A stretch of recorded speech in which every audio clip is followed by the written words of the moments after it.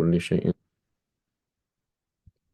Okay, so inshallah, as we shared on the group, this class, this Halal Haram in the Quran, deals with just zooms in on particular topics. The real discussion, the real way to study this topic is in the book of fiqh, right? When we study fiqh, we study things in detail. So this is kind of somewhere in between. When we're reading through the Quran, we're not necessarily putting all the verses together. We may not remember another verse. We can't put everything together. But here it's kind of putting everything together in a less loose way, but not a full way. So if we want to study the fiqh of marriage and divorce, etc., we should study a book of fiqh. However, the book of fiqh doesn't necessarily give you the concepts, because fiqh is to do with the law. It doesn't necessarily give you the spirit of the law.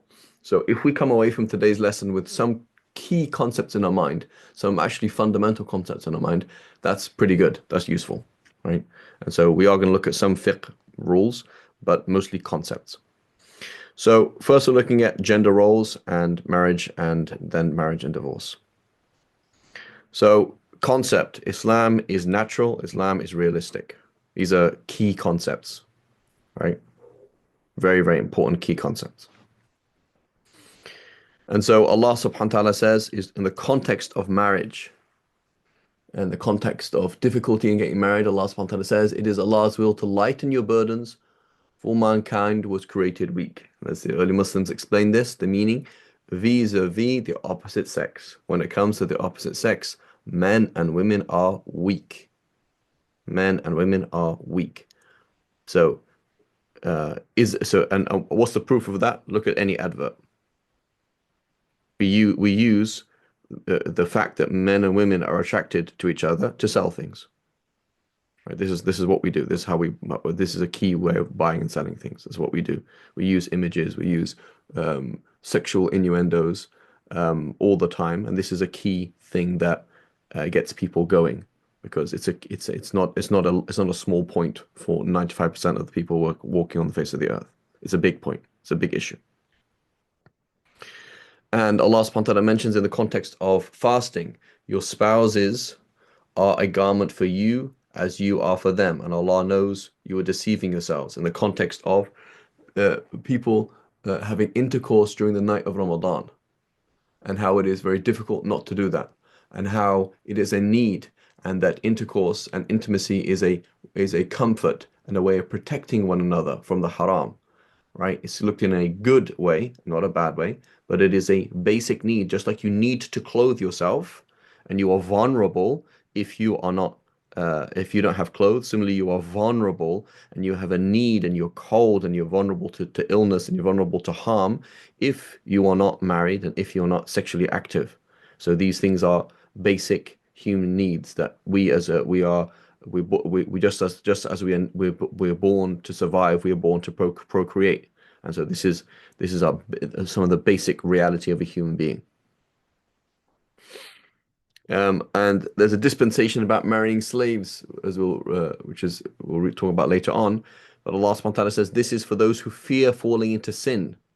So Allah subhanahu wa ta'ala does not consider the fact of falling into sin as a light thing. It's something that is very real and very normal.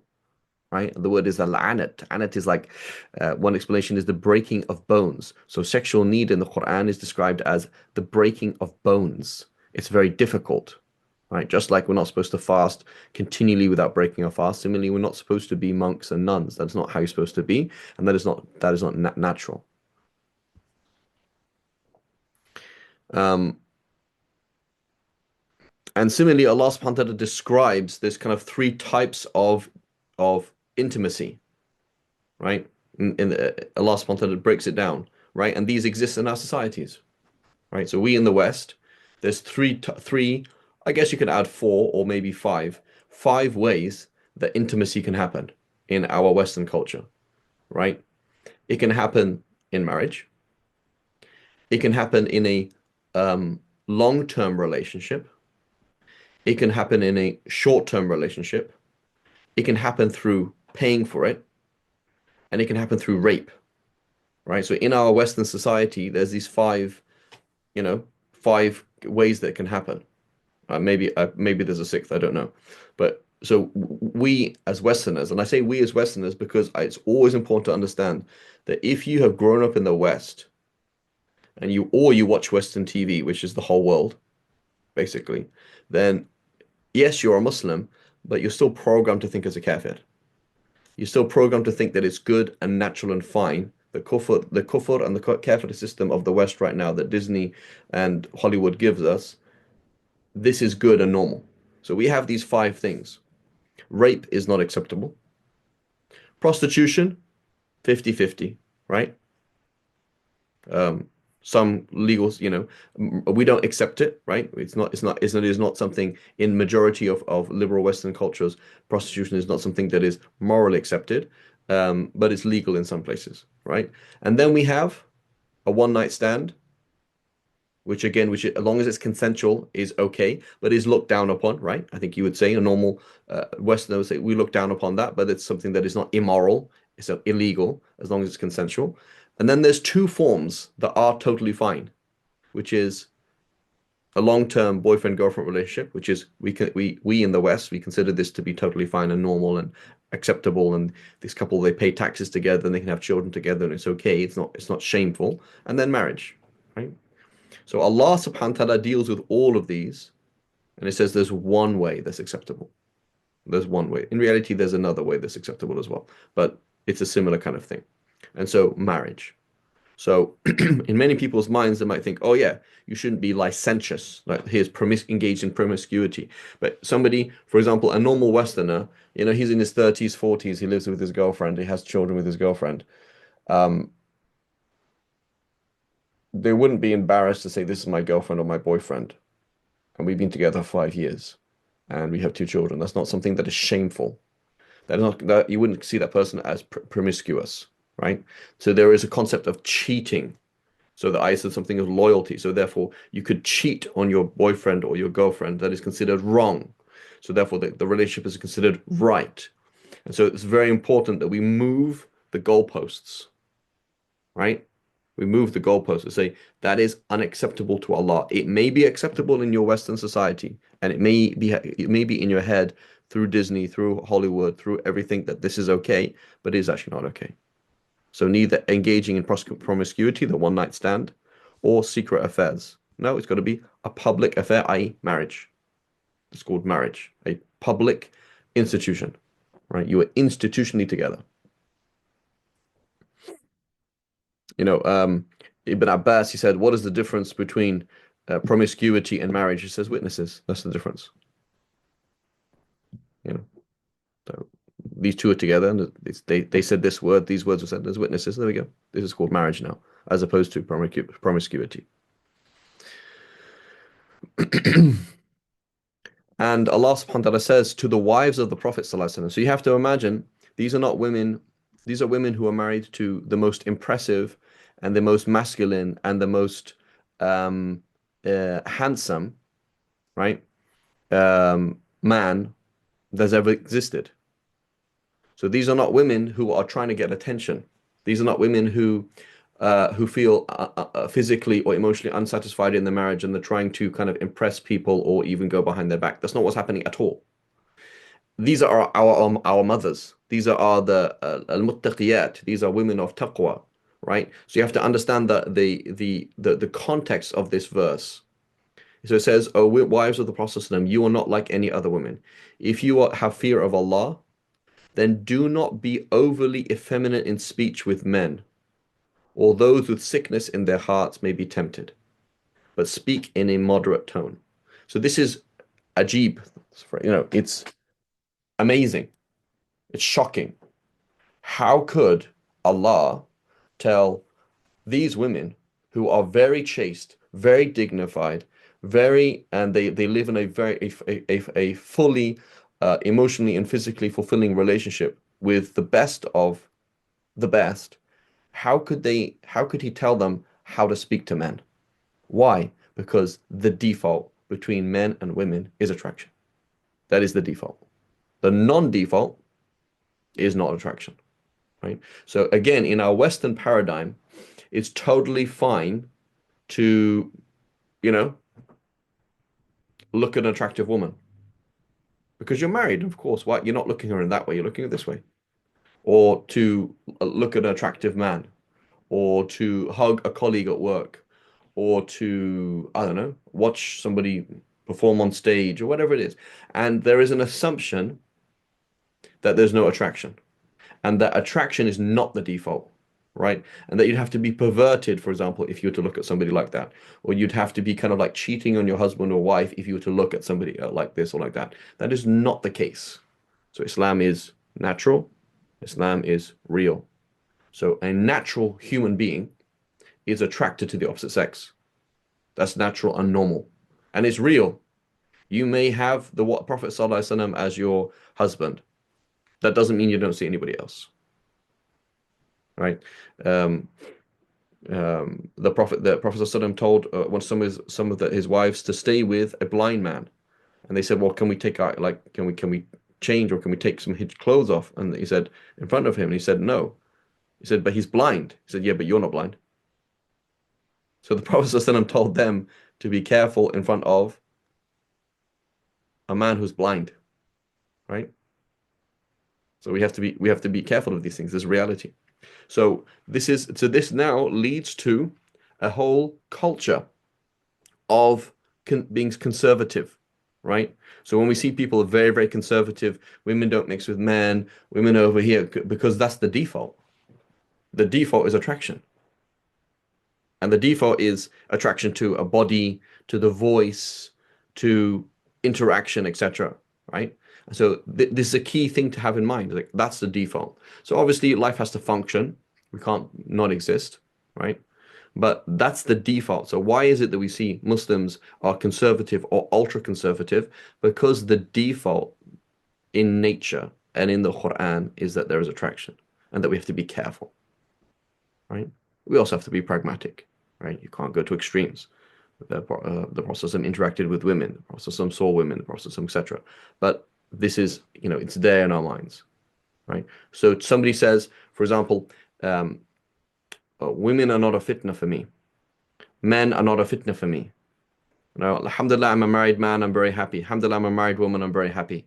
They're lying to everybody. They're being polite. That's what it is, right? You're just being polite. It's that you shouldn't go around saying, "Oh my God, I saw this woman. Oh my God, I saw this man." That's inappropriate, particularly with one spouse, like very inappropriate with one spouse.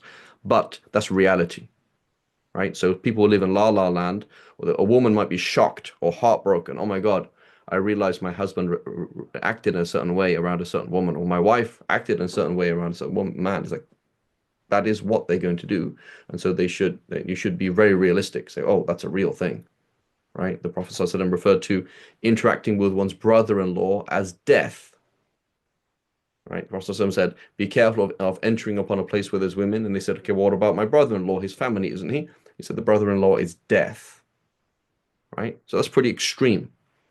It's pretty extreme. So you have to understand this is the picture that was given to us. And then how should we behave then? So we see in the Quran the description of a situation where a woman has to go and talk to a man. It happens. It's okay. She's not going to say, "I'm not going to do it," because her father was too ill to go and visit and too old to go and talk to the man, talk to Sayyidina Musa. He says, and then one of the two women came to him, temshi al istihya, walking on extreme bashfulness, walking on extreme shyness, right? So it's not jovial. It's not bubbly.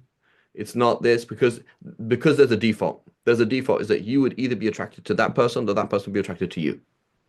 That's the default, right? And then there's the non-default, for example, family member, people who are very old, people who are very young, right? But that's the non-default.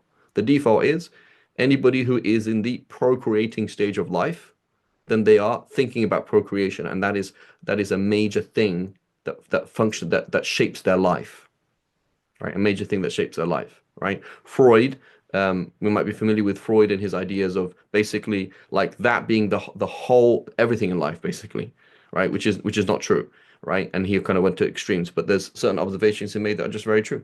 That's the reality, right? And so somebody who lives in La La Land and they think, oh, people don't look like that, people don't think like that, right? So it's a naivety, right? And then it results in a lot of harm. Because just to say, I can dress like this in front of him because, it's different. It's not different, I can talk to her because it's different. It's not different, right? So here, what is the chance of this woman being a fitna for Sayyidina Musa? So she is very shy around Sayyidina Musa. Sayyidina Musa is very shy around her. That's how the process and how we should be around the opposite sex. So limiting it until limiting interaction as much as possible. Interaction should be practical. It should be done in a shy way, etc. Um, And similarly here, Allah subhanahu wa ta'ala mentions in specific regard to the wives of the Prophet ﷺ, in specific regard to the wives of the Prophet ﷺ, not general. He says, and when you believers ask his wives for something, ask from behind a barrier. This is purer for your hearts and theirs, subhanallah. This is purer for your hearts and theirs. So again, you live in La La Land and you imagine that people aren't attracted. Again, what's the context? Here are women who are married to an extremely handsome, extremely masculine, extremely emotionally and physically fulfilling husband, and yet it is purer for the wives of the Prophet ﷺ to deal with any man from behind a curtain. So how should it be with any other woman? Right? So is it obligatory to always be physically segregated from the opposite sex? No, it is not. Why? Because that's impractical. Okay, but there's a difference between impractical and not dangerous. It is a practical yet dangerous necessity to interact with the opposite sex, right? It is a practical yet dangerous necessity to interact with the opposite sex, right? So it is purer for your hearts as men talking to the wives of the Prophet ﷺ. Yes, you can talk to them. That means you hear their voice. Therefore, you're being practical and not going to be impractical. But we have to be careful, right? Let alone talking to somebody who's not married. Let alone talking to somebody who is not emotionally or physically happy in their marriage, right? And this is many people. So you're talking to somebody who is not that particular happy. And then suddenly you walk in the room or she walks in the room and this is an issue, right? It's a reality. So somebody who works in an office, I'm not saying it's haram to work in an office, right? I work in an office. But somebody who works in an office is not aware of this, is ignorant of nature, is ignorant of the nature of humans, and is ignorant of the revelation, right? So it's like, no, we have to have these in our mind, right? It's a reality. So we're not saying go to extremes, but we're saying that is in your mind. This is a reality. This would inform how we behave and how we interact. And Allah subhanahu wa ta'ala says to the wives of the Prophet ﷺ, and settle in your homes, stay at home, and do not display yourselves as women did in the days of pre-Islamic ignorance. So again, what we will find in the Muslim world today is in varying degrees, women becoming more liberal and women being promoted, say, no, you should go into the workplace and you should be out there and you should, education, etc., etc., etc. That's all fine. Women are allowed to work. Women have to have education, not a problem. But the picture is there's gender segregation as much as practically possible. As for free mixing, and again, it's all premised on this assumption of innocence, which is not there. Right? Free mixing between the genders is all based on a premise of innocence, which is not there. So we're not trying to say everybody's a pervert. I'm not trying to say that. We're not trying to say everybody's trying to cheat on their husband or cheat on their wife. We're not saying that. What we're saying is everybody is a human.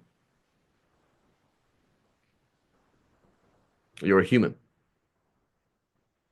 So it's not normal to ask to expect a human to behave in a non-human. We are not angels, right?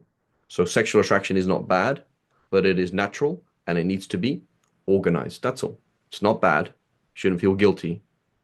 It's not strange, but it just needs to be organized.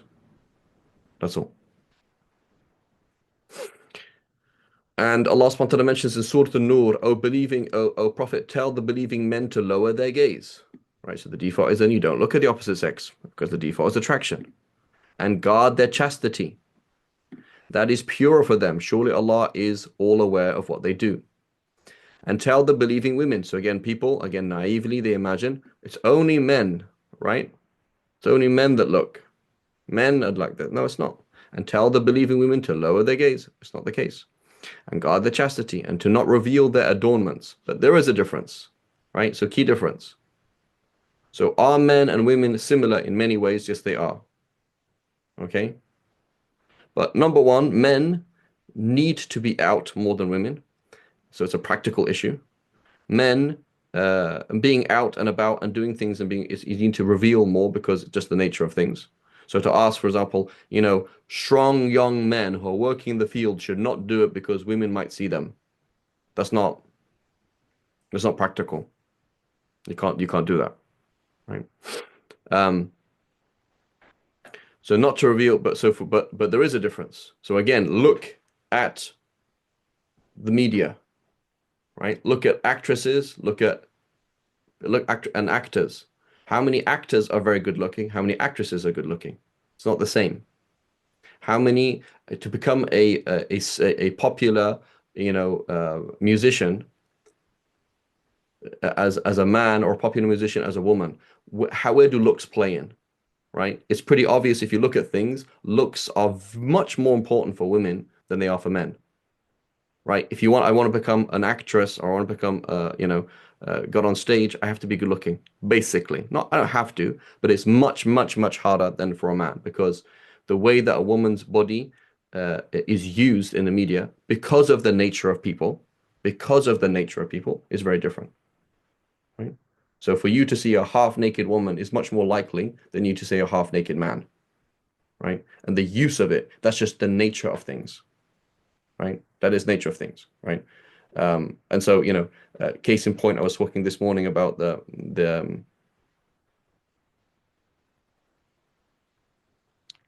talking this morning about this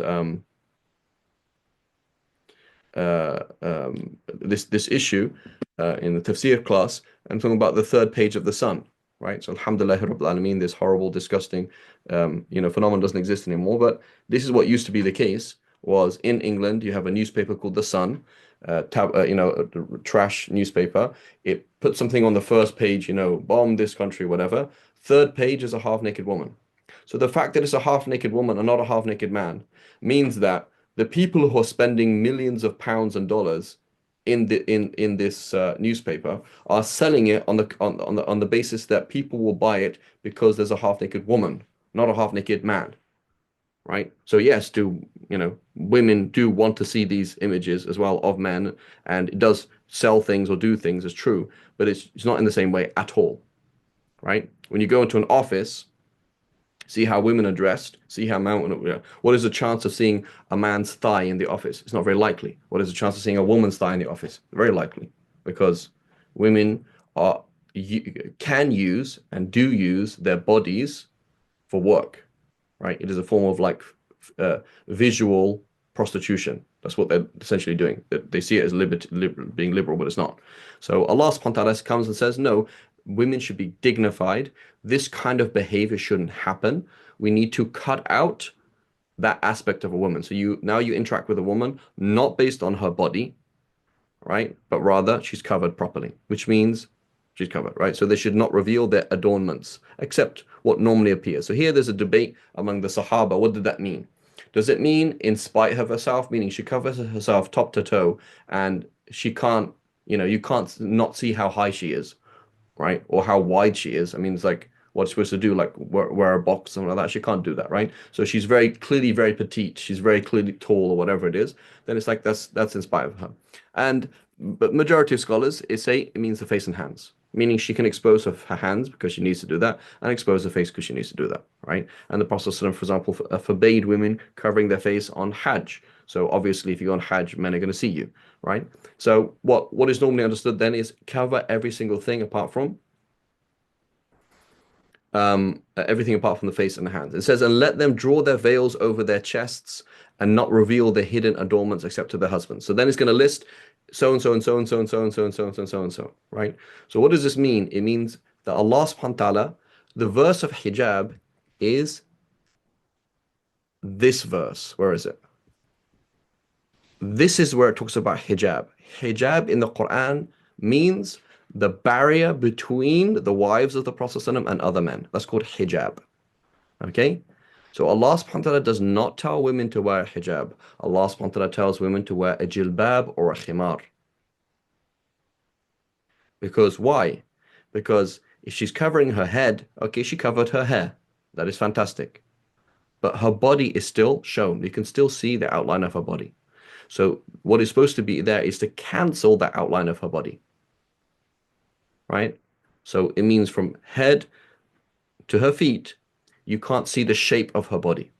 That's the whole point, right? It doesn't matter what you cover it with, this or that, but the point is the shape of the body. So a woman, she's leaving her house, she looks in the mirror, turn right, turn left, turn around. Can you see the shape of her body? No. Okay, that's cool. Now she's doing what the verse is talking about, as opposed to you can see you could see the shape of her body, but she's just covering her hair, right? That is not considered hijab. That's not what we mean, because Allah doesn't tell you to wear hijab to begin with. Allah tells you to wear khimar or jilbab. That's what khimar is from the word khamar, which is wine. Wine covers over you, it covers over the mind. So khamara, yukhamir means to cover over something, right? So you cover it with something that covers over the body. So from all the way down, you look at her, you can't, you can't, there's no, the outlines are not there, as opposed to outlines are totally there, right? This is not, you know. So let them draw their veils over their chest and not reveal their hidden adornments except to their husbands. So husbands, why? Because there is supposed to be a sexual interaction with them. That's okay. And their fathers. So notice these people, your father by default is not attracted to you. Unless he's a pervert, may Allah protect us. Your father-in-law is not attracted to you. Your son, your stepsons, etc. And so um, And so it's going to say, so basically what is it saying is there is a default setting of attraction. Those who are accepted are your immediate family. And who's accepted from that? Your husband, because he's supposed to be attracted to you. That's not a problem. Right? And then it says, and let them not stomp their feet, drawing attention to hidden ornaments. So going out and trying to get attention. This is a very normal thing. This is a very normal thing because why? Because it's a human need. It is a human need to feel emotionally and sexually valued. So it's a human need. Like a woman who doesn't feel there's anybody in the world that finds her attractive is in great difficulty. It's very hard. It's very difficult. So it's a normal, natural thing for a woman to go into a girl to go to school or to go to work and show off something. There's ridiculously showing off, which right, but then there's just normal showing off. So feeling like people find you attractive is a human need. The problem is people are fulfilling that need in the wrong way. Right? Men do the same thing. Men do the same thing. Right? It's a need. It's not a small thing, but they're doing it in the wrong place. So you shouldn't do that. As for elderly women past the age of marriage, there is no blame for them for taking off their garments. So what does that mean? So does that mean that a woman has to wear hijab, but an elderly woman does not have to wear hijab? Or does that mean that a woman has to wear jilbab and khimar, and an old woman doesn't have to because she has nothing to hide? Right? So if an older woman, okay, can do less than a hijabi, then hijabi must be doing quite a lot. Does that make sense? So if you're going to do less, so here's this hijabi, it's like, sister, you can see everything. Yes, your hair is covered, but you see everything. Then what is less than that? There's nothing less than that. So what it means is, here's an old woman, she's wearing hijab. An old woman wears hijab, her hair is covered, her body's covered, yeah. And the normal woman is going out of her way to wear a jilbab and wearing a khimar to really cover herself. Right? And he says, but it is better for them to avoid all this altogether. I still to wear khimar. So an older woman should still do that as well. But this doesn't have to. Right? So concepts, there's a need for marriage. Marriage and intimacy, these are not shameful things. These are normal, natural things. There's a default assumption of attraction. Therefore, it should be cut off as much as possible. Right? And so again, somebody who says, that's not an issue, right? It's not an issue for me. That's not an issue. It's like, I don't believe you. It's not, you're not a normal person. There are some people who are asexual. That's true. They don't, or then they have no inclination whatsoever. It's true, but that's not a normal person. The normal person wants to eat. A normal person wants to live. If you try and kill them, they stop you. A normal person is attracted to the opposite sex. That's normal and natural. So therefore, channel it in the right way. Shyness in voice and clothing. This is the concepts, right? Gender segregation advised. Why not unnecessary? Well, why if it leads to the haram, then why can't we make it obligatory? Because life can't function. Life won't function like that if you have everybody living on their own planet. It's not going to work. You cannot be away from the opposite sex on all levels. It's not possible. Right? So yes, but that's somebody who says it's okay, this family with this family they can interact, or this with this person we like sister, you like my sister, right? And it's not like that, right? Khimar and jilbab are not just hijab. This is what Allah's telling us about. And there's a clear distinction between immediate family, there's no assumption of attraction, right? And potential spouses, i.e., these people. So here, for example, here's a girl and her uncle's, sorry, her aunt's uncle, right? Or your cousin. Your cousin is a potential spouse, so therefore you've got to be careful around them because that's on the cards, right? That's on the cards. Being a spouse is now on the cards, and so we should be aware of that. Okay. Um,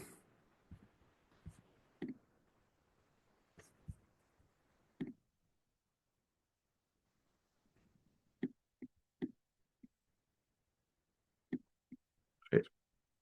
Inshallah, we're going to get through these slides. A lot to cover today. Okay, next concept. Men are caretakers, al-qawwamun, right? Qama bihi means to look after something. They are supposed to look after women, as men have been provisioned by Allah over women and tasked with supporting them more. So this is a whole problem, right? So am I a caretaker or am I an oppressor, right? Am I supposed to look after you? Like if you look at the relationships, for example, between a big brother and a little brother, right?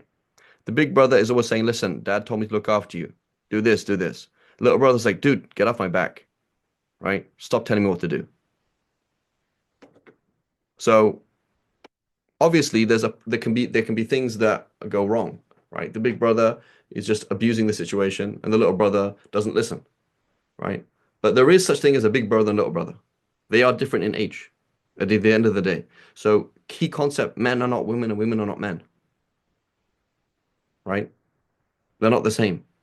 They are not, they are equal, but they are not equivalent, right? So that they're not the same thing. And so men that are caretakers of women, men are supposed to look after their sisters, supposed to look after their mothers, look after their wives, look after their daughters. That's what they're supposed to do. That is their nature, right? That is their nature. And women are supposed to be looked after. That is their nature. Therefore, righteous women are devoutly obedient, i.e., to their husbands. So there is a hierarchy and there is obedience. And when alone protect of what Allah has entrusted with them. So if a man leaves his wife, he looks after his property, she doesn't do something behind his back, for example. Right? And we'll talk about, and then part of that hierarchy is this. And it says, and if you sense ill conduct from your women, so now you're a policeman and I'm a normal civilian. You are in charge of looking after me. That is not a right or a privilege, that is a responsibility. So a policeman is not better than a normal civilian. But if I am to look after you, I need to be able to control you. So I'm going to pull you over. I'm going to ask to see your ID, right? I'm going to be able to arrest you, right? Otherwise, how can I look after you, right? So it is not an issue of privilege or misogyny. It is an issue of that women do need to be protected, right? Women need to be protected, and so so again, living in if you live in a Disney, Hollywood, naive world, women don't need to protect it. It's okay. Women are cool. They're all right. You don't need to limit them in doing anything. They're fine. But in that's not reality, right? The reality, turn the TV off. Who runs the world? Men do. That's reality, right? What is the reality? The harsh reality of the world is women are abused. That is the harsh reality of the world, right? And so therefore, men are there to look after women. and stop that. And because they're there to look after them, they are given certain powers and invested in them in order to protect them, right? And so, and if you sense ill conduct from your women, then advise them, right? And if they persist, then do not share their beds. And if they persist, then physically discipline them. So there is a hierarchy, analogous somewhat to your relationship between a parent and child. If I am to look after my child, I have to be able to control them. I have to be able to discipline them, right? So subhanallah, this verse, because it's dangerous, of course, let's be frank, does physical, does domestic violence happen in the Muslim world? Yes, yes, yes. Okay, but does it happen elsewhere as well? Yes, it does, right? So don't just point fingers at Muslims. Domestic violence is a thing, okay?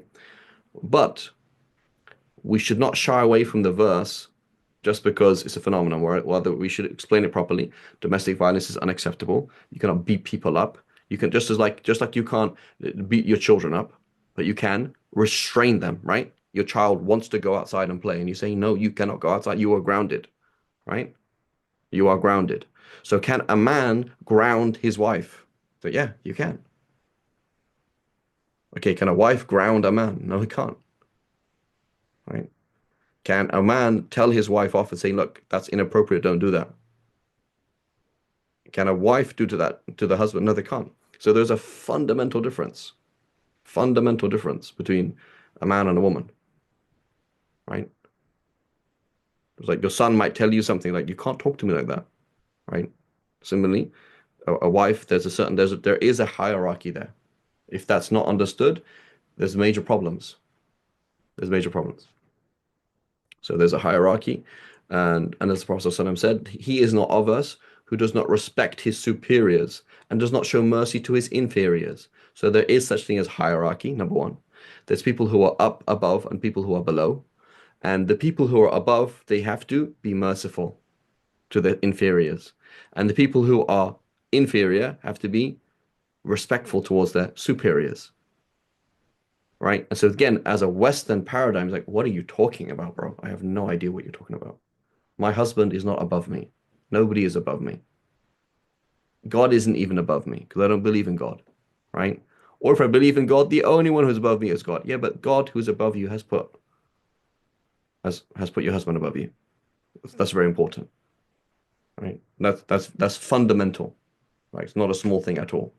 And it's very difficult for many people to understand, again, because we have been indoctrinated for the last 100 years on Disney and Hollywood and etc. And so we just think in a certain way, right? We think in a certain way.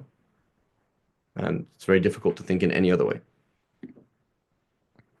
And it makes us miserable because we can't develop a relationship, right?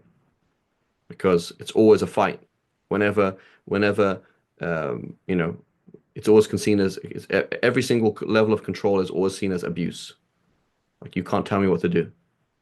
You can't tell me I can't go there, right? I'm not going to ask you to leave the house. I'm leaving the house, right? You can't tell me what to do ever, right? And so it causes major problems. And so men are not happy, women are not happy, etc. And Allah subhanahu wa ta'ala says, and set forth examples for them of the disbelievers, right? And it says, the wife of Noah and the wife of Lot, each was beneath. So كانتا تحت.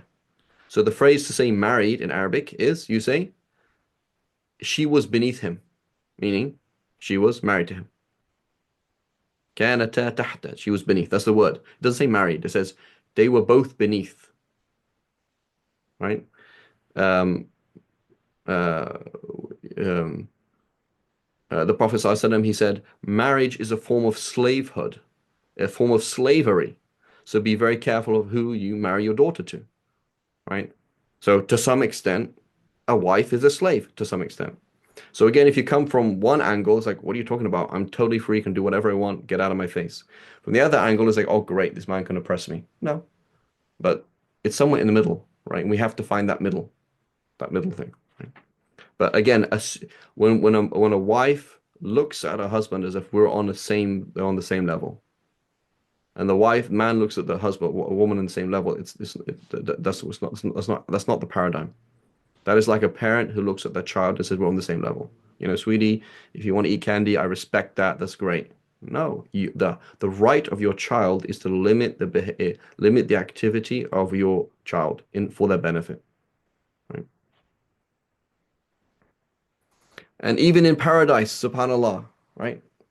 And this is very important. Even in paradise, Allah subhanahu wa ta'ala says, حور مقصورات في الخيام. Talks about the reward for the believer. So I like, okay, forget halal, haram, forget sharia. Let's just look at what is my husband's dream wife, his paradisical wife. The paradisical wife is controlled. The paradisical wife is controlled. Maqsurat, she's restrained, limited, right? This is, and go and talk to non-Muslims, right? Talk to non-Muslims about this. Like, yeah, we're like, oh yeah, like this, like this, like this. So a free and independent woman who does whatever she wants and has nobody to tell her what to do may be found attractive, but she will not be the source of a man's ultimate happiness. So a woman who is, I'm trying to seek, like, I just really want to be loved by my husband. Like, I want to be in this relationship where I feel really loved, but she doesn't want to submit. There's going to be fundamental problems because it won't ever work, right? It just won't work. And another thing just to do with sexual freedom, right? You know, I was working on these slides and I put this right at the and it came to me. It's kind of the same thing. Is we're going to talk about this later on, but what happens when you if you think that your wife has cheated on you and that your child is not your child, there's a process, right? That you can accuse your wife of a court process where you can accuse her of being not being faithful, etc., and she can actually be stoned to death. Now, what's interesting is you can't do that to your husband. So you cannot, if your husband cheats on you, there are things you can do, but you cannot take him to court and do what's called li'an, right? You cannot accuse your husband of cheating on you and then have him swear oaths that he didn't do it and have him potentially stoned to death for cheating on you. You can't do that. Why? Because we're not on the same level. We're not on the same level, right? So what does this mean? It means that a man has been given religious and legal control of his wife's body, whereas a woman has not been given legal and moral control over her husband's body. And I think that's very fundamental, right? It's very fundamental to understand. So many women, they're naturally jealous, right? Of course, you're going to be jealous. Everyone's going to be jealous. And they will, they will want to be controlling to some extent. Like, I want to know where you are. I know what you're doing. This guy just got married to a second wife without my permission. This is crazy. I'm like shocked and terrified. It's like, that's true. Everybody would feel like that. Anybody would feel like that, right? It doesn't matter who they are, even the Sahabiyat. But fundamentally, in the mind of a woman, say at the end of the day, this guy's totally free. This guy is sexually free, meaning I'm not responsible for what he does in sin or in halal. Whereas for the wife, it's totally different. A man looking at his wife, controlling a monopoly of her sexual activity is part of the marriage, right? That's part of the marriage. That is not part of the monopoly of his sexual activity is not part of the marriage, right? So again, these are huge concepts, not small concepts at all, huge concepts. And if you understand what's being said and we internalize it, it changes a lot of dynamics, changes a lot of things, right? Changes a lot of things. And to some extent, from a woman's point of view, it's very much like, the fledgling child. Like, your child is not a child anymore, it's an adult. Like, stop controlling him. Stop telling her what to do because she's an adult now.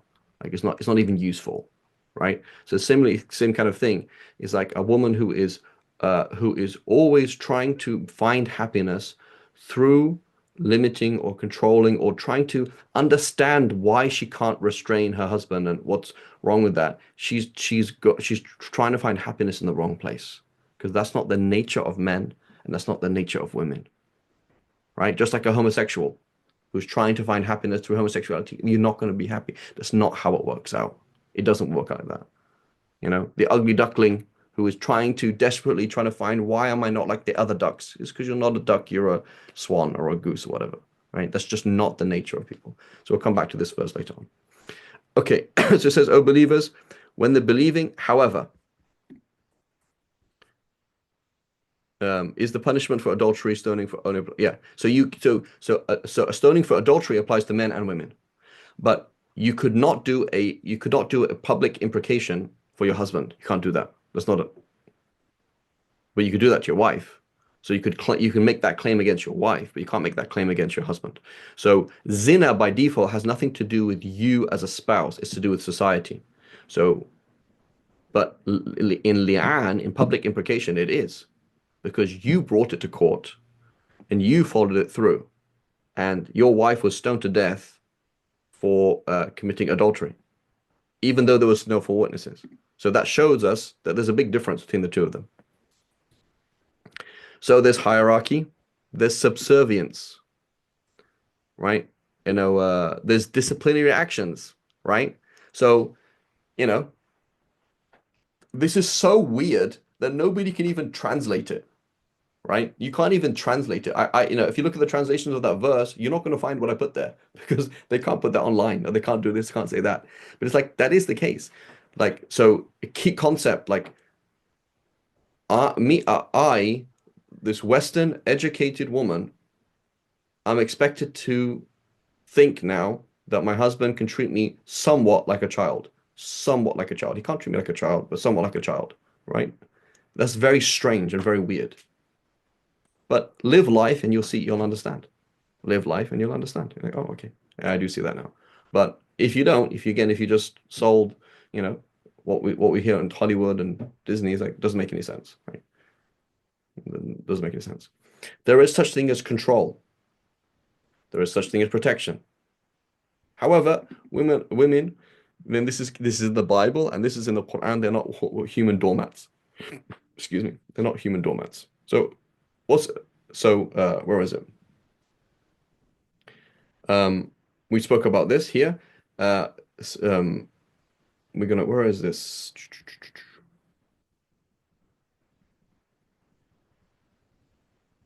Where's there's a verse that's missing, I think.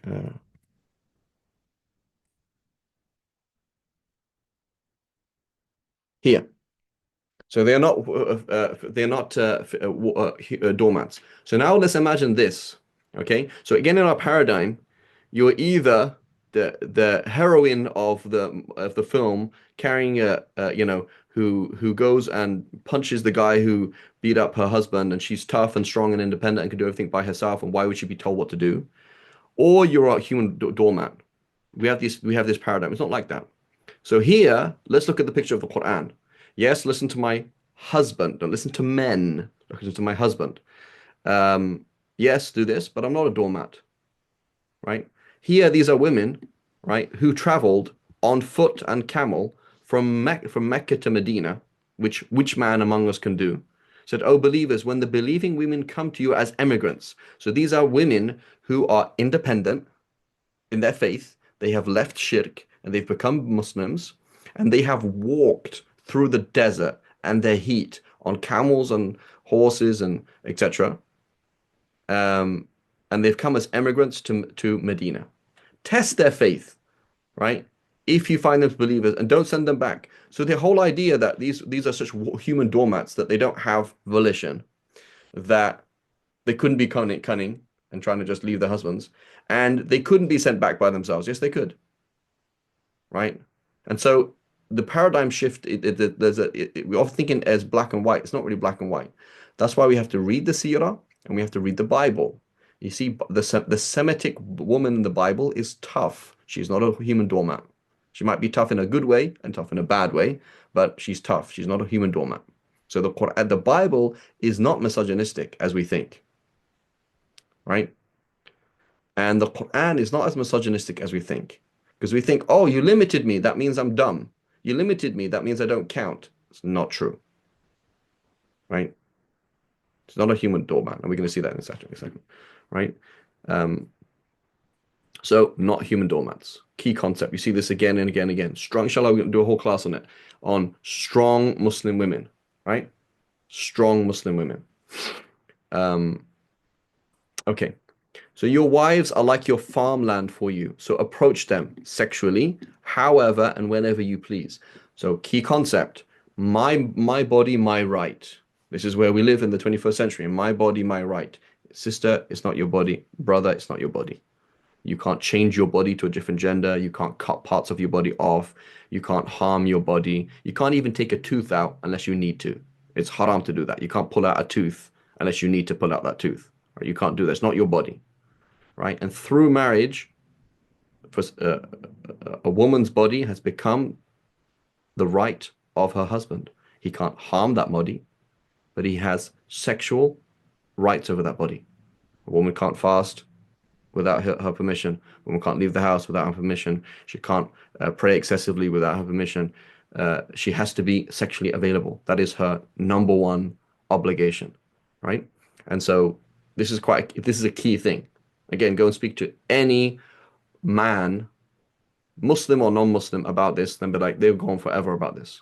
They'll go on forever about this because it's a key thing, right? And what happens on a fundamental level when that isn't recognized? Like, no, it's my body. I have a right to say yes or no, when and how and when, etc. It's a fundamental paradigm shift in the relationship, in society. All right, it's a key thing.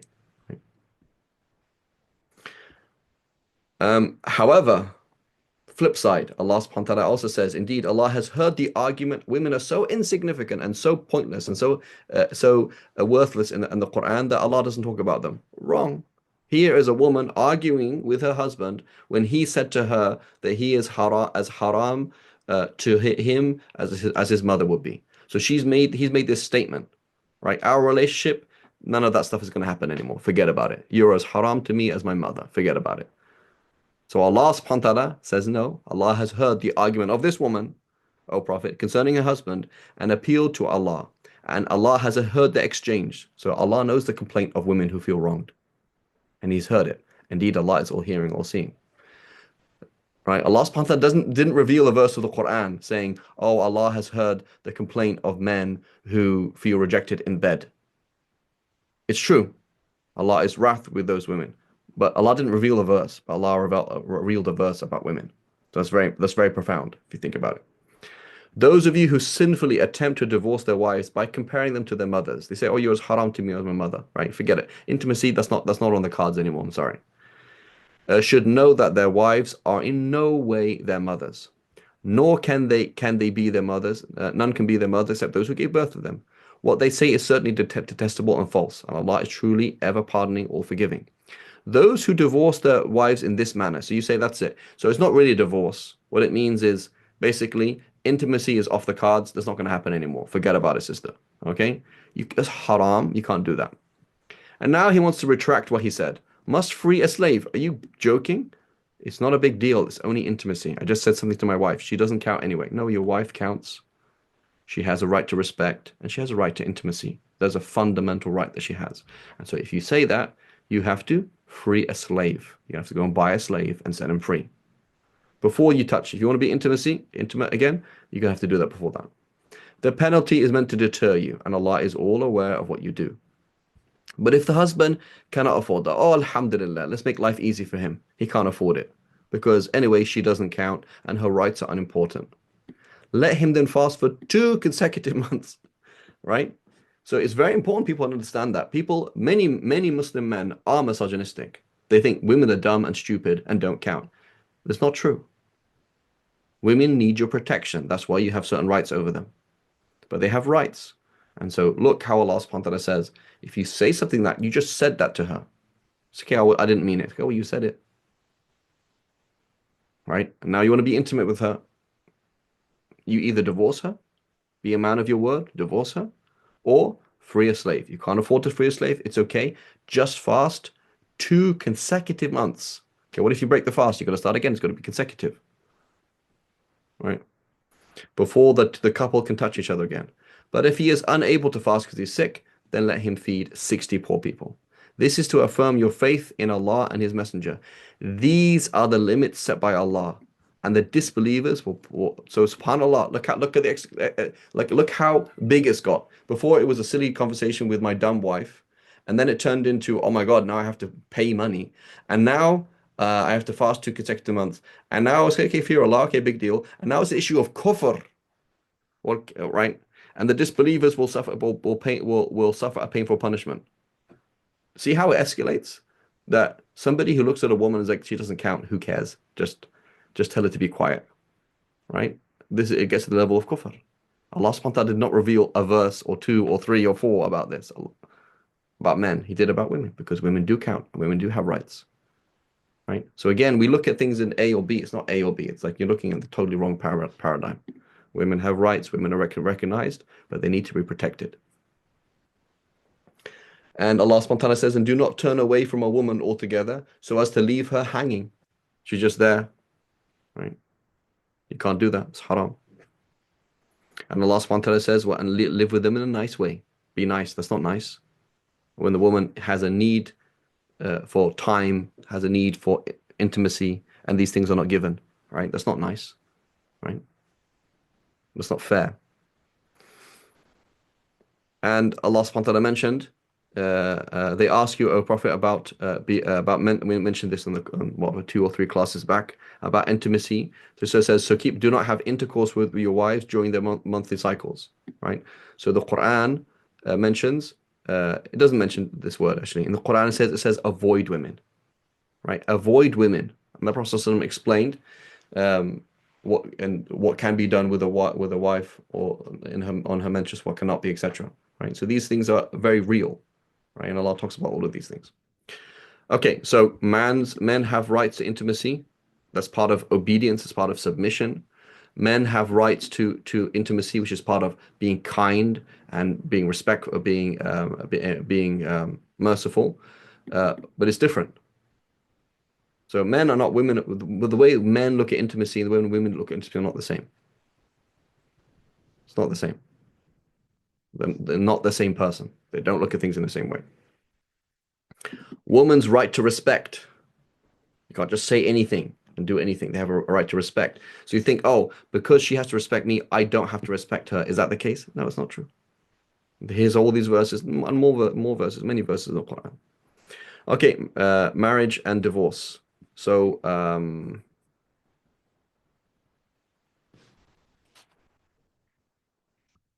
are we going to do this? Because we're just starting right now.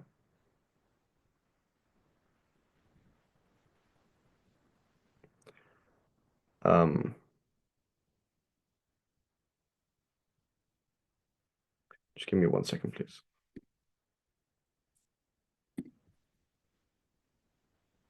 Okay. So it says marriage and divorce. So first of all, it is a contract. Okay, so we know that Allah subhanahu wa ta'ala, we mentioned that in our society, you have these different ways that people can be relate, that in Islam, it's only marriage. But what is marriage? Marriage is a verbal contract, verbal agreement. That's what marriage is. On the basic level, it is a verbal agreement that these two people are now halal for each other, and he will support her, and pay for her, and if she has children, support those children, and she will listen to him and be physical with him. That's the agreement, right? Um, that's the basic level. So um, I have again a whole lecture on these things, and there's lots of variables that can change things, right? There's lots of things that can happen. For example, you can have like a halal boyfriend-girlfriend relationship. You can have a very loose relationship where the people don't live together and they just try things out, etc. There's all sorts of things that can happen. But on a basic level, on a low level, high level meaning you're trying to build ummah, on a low level, it's not that complex, right? It's not that complex. Marriage is pretty simple. Um, It's pretty easy to enter a marriage and leave a marriage. It's not that complex. So the contract by default is verbal, and divorce is also by default verbal, right? Um, Now, by default, we need two male witnesses, right? Now, can you have a female witness? Sorry, a male and two female witness type of thing. A male and two female witnesses. According to many scholars, yes. So Allah subhanahu wa ta'ala mentions in the Quran if in the context of financial transactions. So we have to understand there's a clear analogy between marriage and a financial transaction. What is the relationship? So is marriage a financial transaction?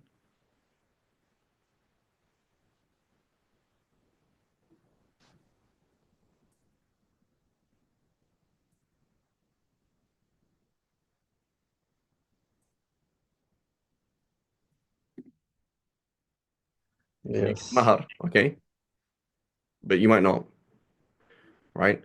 So so when you say intimacy, are you paying for intimacy? Is that you're not paying for intimacy? It's not like that, right?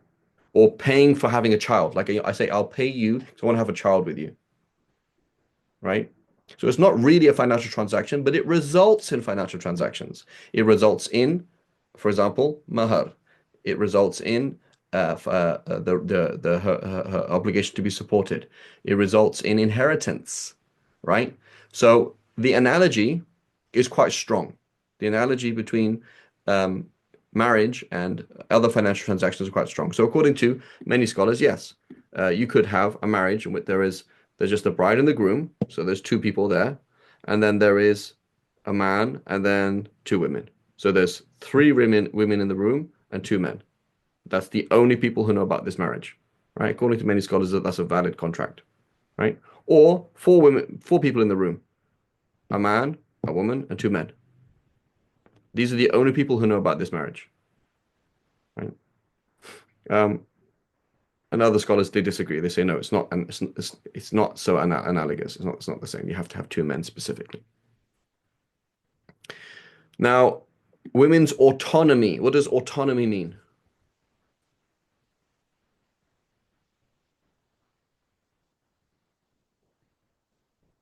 What's a word we can put here for autonomy?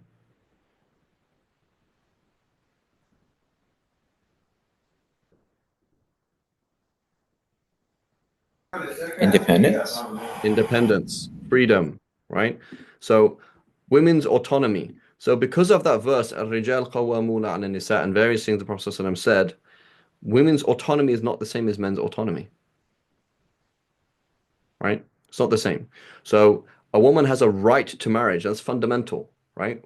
That's a fundamental thing as a father of a daughter, right? I'm a father of a daughter. Your pubescent daughter, she's reached puberty, she has a right over you to be physically involved with a man, and she has a right to procreate. Now, obviously, you want to protect her because you look after her, She's too young, she doesn't know what she's doing, she's going to be harmed. But that is a right she has over you, right? And so a pubescent girl, right? Because a pubescent girl is not a girl, a pubescent girl is a woman, right? Meaning a girl, a woman has a right over her father that she gets married. She has a right to have children. She has a right to be physically intimate. Right? That's a right. So it's not something that you can just kind of ignore. Right? So she has that right. If that right is not fulfilled by her father, then she can take him to court and overstep his authority. And in reality, there's a debate whether the father is needed at all. Right? So here is a girl. She is in grade six, and she was at school with another bunch of grade six kids, and they'd all reached puberty, so they're all men. She can get married. There we go. And you're like, oh my God, what happened to school? That's crazy. You might close the school down. You might have a big argument with the parents, but at the end of the day, nobody can actually come along and say fundamentally that was wrong. You can't really say that. You might object, you might get involved, you might do this. Everybody, any parent would be like, "Oh my God, what's going on here? This is insane." But you can't really say that as a fundamental thing. At the end of the day, these people have reached puberty. they are adults, and she exercised her autonomy and she got married. And there we go. So the right to marriage and the right to remarriage, very important. She has a right to get remarried. So again, one of the key things, why is it what a woman she's paranoid about marriage is because what if it fails and then I'm divorced and it's all over. My life is all over as a divorcee. No, your life is not over as a divorcee. Life does not end with divorce. If you've been married 5 times, inshallah, your sixth marriage will work out and you'll be very happy, right?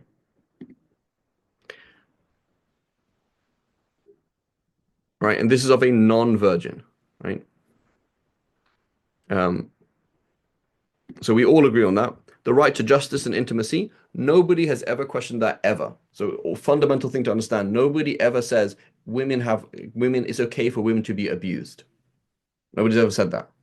Or it's okay for women to live in continual physical starvation, meaning this woman is not does not experience any intimacy in her life, and that's okay. Nobody says that. Like nobody says that, right? So, right, la darar wa la darar. There is no such thing as harming, and there's no harming back, right? It's okay that she lives in continual depression. It's okay she lives in continual anxiety. Nobody says that. She has a right not to live in those situations, right? And then, but she does not have the right to divorce unless she's oppressed, right? And so again, this is part of the way of protecting a woman by not giving her the red button.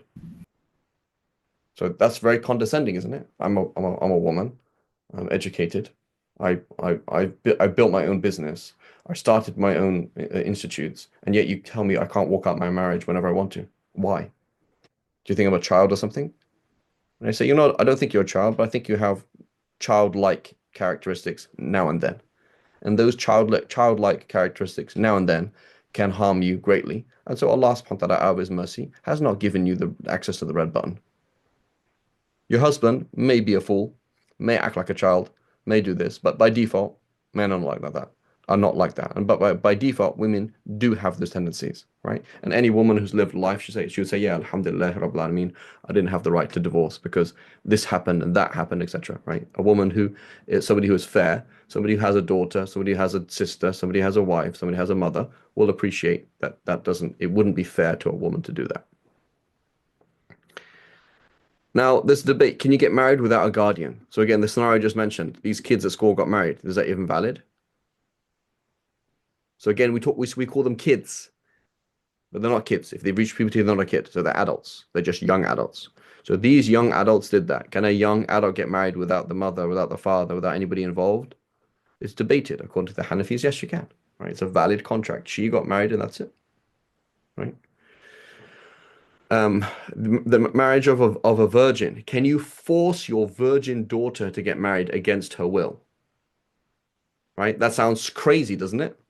Here we are using Zoom, created by the Holy West, the liberal West, and you say you can force your virgin daughter to get married against her will. Are you nuts? Do you live in, I don't know, do you live in Dickensian England or something like that? Or do you live in, I don't know? That's insane. But it's important to understand that that's actually the majority opinion, right? The majority of scholars, they say, yeah, you have, uh, you know, a daughter. She doesn't know what it's like to be married. She doesn't know, uh, um, she doesn't know what it's like to be with a man. And so she's averse to it.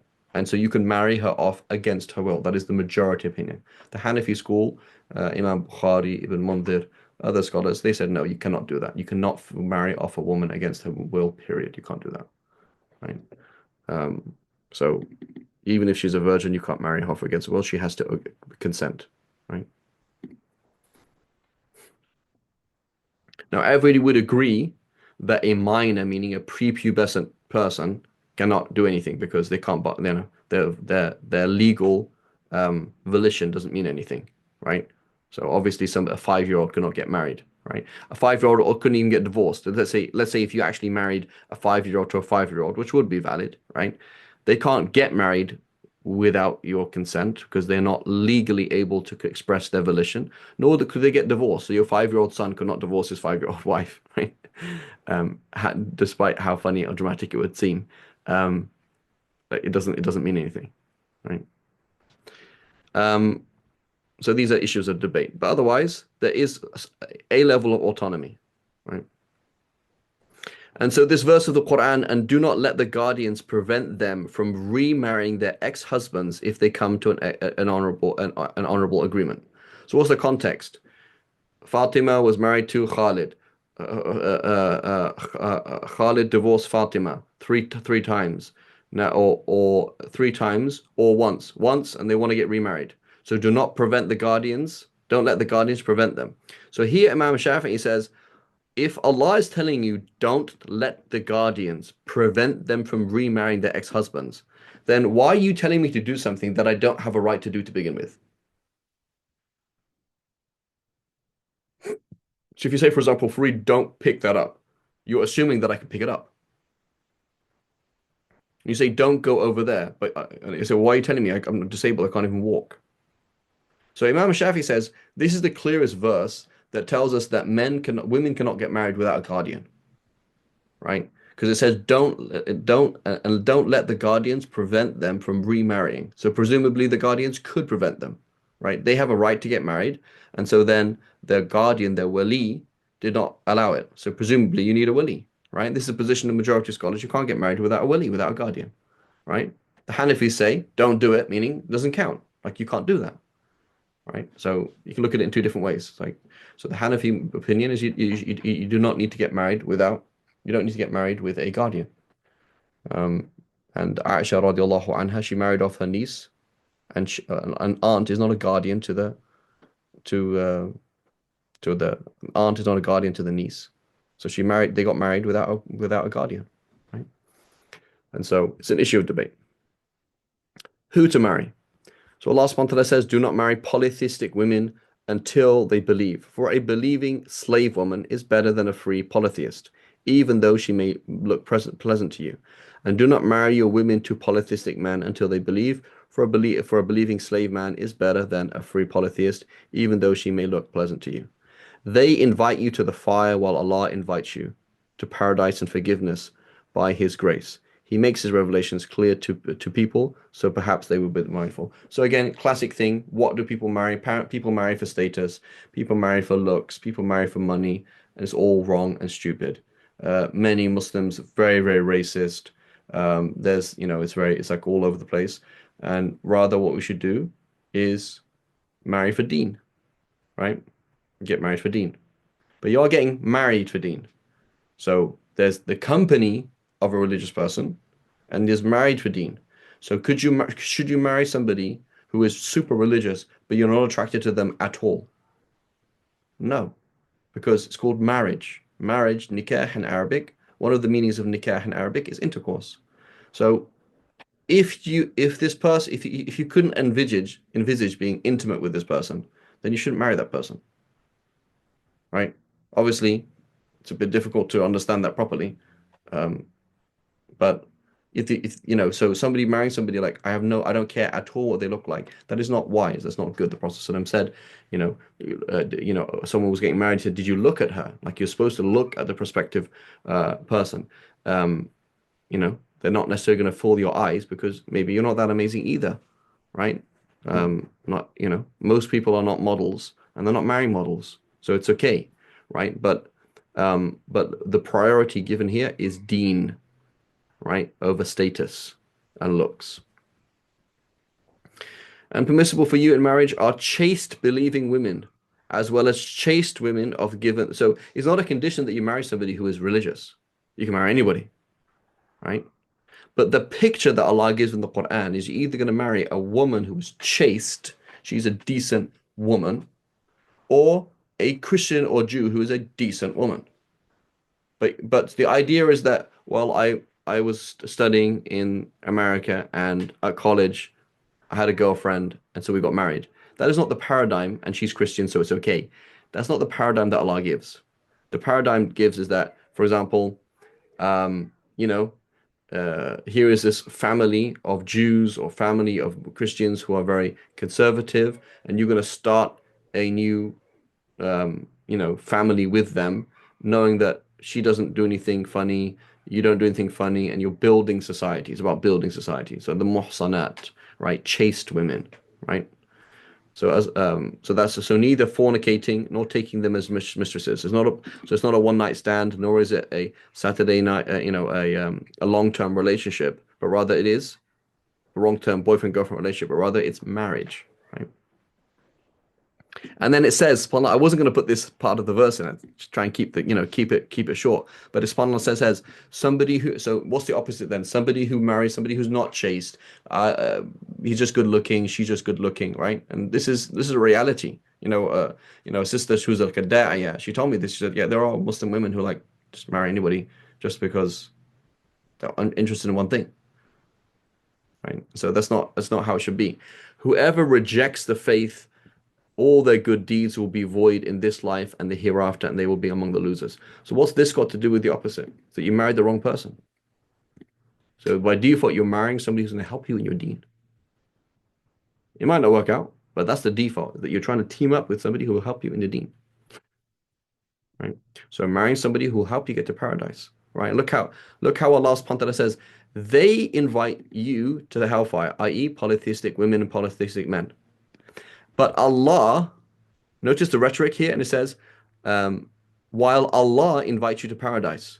So it should say, polytheists invite you to the fire, while believers invite you to hell. But now, by marrying a believer, you've almost married Allah, metaphorically. وَلِلَّهِ الْمَثَلْ الْأَعْلَى, right? Allah's put His name there.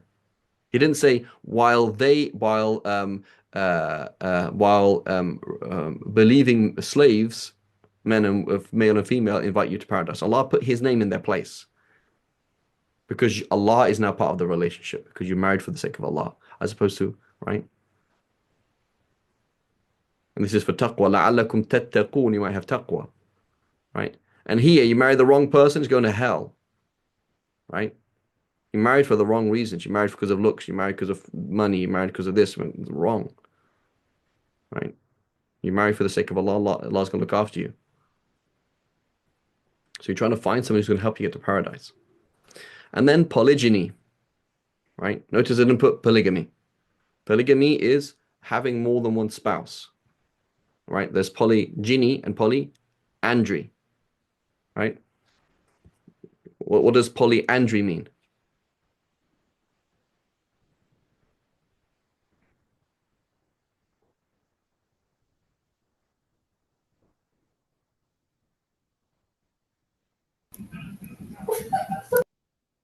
What's polyandry?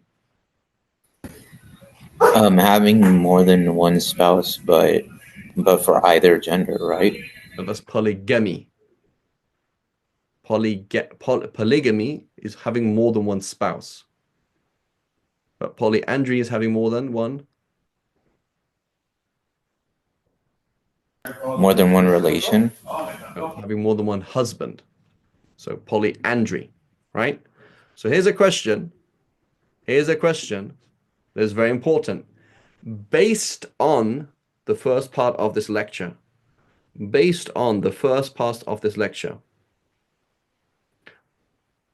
are men by nature polygynous? So polygyny means having more than one wife. Polyandrous means having more than one husband, right? So are men by nature polygynous? Yes. Okay, I'm going to hold that to you. Asim says yes, right? This is a real question to ask. Are men by nature, and again, how do we start the class? We said Islam is natural, Islam is realistic. Are men by nature polygynous? The answer is yes. That is part of their nature. Okay? So I'm a woman from the East or from the West or from whatever it is, and I get married, and I don't see that. Right? I don't see that. And it hurts me. I'm continually in pain, right? That's a normal, natural pain. Anybody would feel that. But if I don't accept the nature of my husband, If I don't accept the nature of my husband, then it's a problem, is it not? Right? So my cat is always fiddling with things. The cat, whenever something moves, the cat attacks it. And I'm like, cat, stop moving, stop moving, stop moving. And you say, Farid, that's the nature of the cat. He is a hunter. Cats will play with things because they are natural hunters. That's how they function, right? I got a bird, I put it in my back garden, it disappeared. Got another bird, put it in my back garden, disappeared. Why are all my birds disappearing? Because they're flying away. Oh, birds fly? I say, yeah, birds fly. I say, oh, can you see that? Like I have a problem with nature. So I'm unhappy, right? So I have a problem with nature, so I'm unhappy, right? I'm a man, I'm attracted to other men. Why am I unhappy? Because homosexuality is not going to make you happy, Habibi. I'm a female and I'm attracted to other females and it doesn't work out. And there's always this problem and they're trying to find this kind of this. It's like it doesn't work because women are not supposed to be with women. Men are not supposed to be with women. Men, you have a problem with nature. And so when you talk about polygyny, this is the nature of men by nature are polygynous, right? So go back to the beginning of the class. We said the default is that men are attracted to women and women are attracted to men. So now you are heartbroken as a woman. That you noticed, even if your husband looked away, even if your husband, you notice your husband over time is attracted to certain people. And you're heartbroken by it. Now you can deal with it in two different ways. You can deal with it in say, oh, I don't understand. What am I lacking? What's wrong with him? You're not lacking anything, sister, nor is there anything wrong with him. This is the nature of men.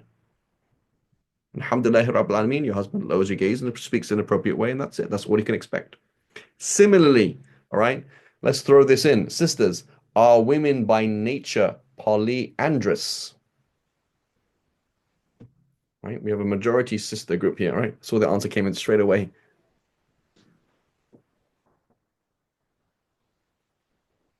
So Asim said probably not. Okay. So are women by nature polyandrous? Okay, so let's put it another way. Are women by nature, is it like this? A woman gets married. So a woman before marriage, she's not attracted to any men, doesn't matter who walks past her, doesn't matter what she sees. A and B, when she gets married, her eye is only for one man. Is that reality? Doesn't matter who comes into her life, who she works with, what she sees, she's never going to be attracted to any man. So that is that true?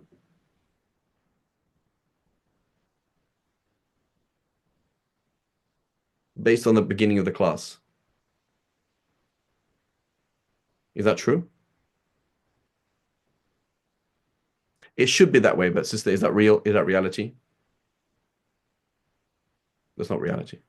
That's not reality with any female, right? And we mentioned the verse of the Quran that even for the wives of the Prophet ﷺ, that men should talk to them behind a curtain. Why?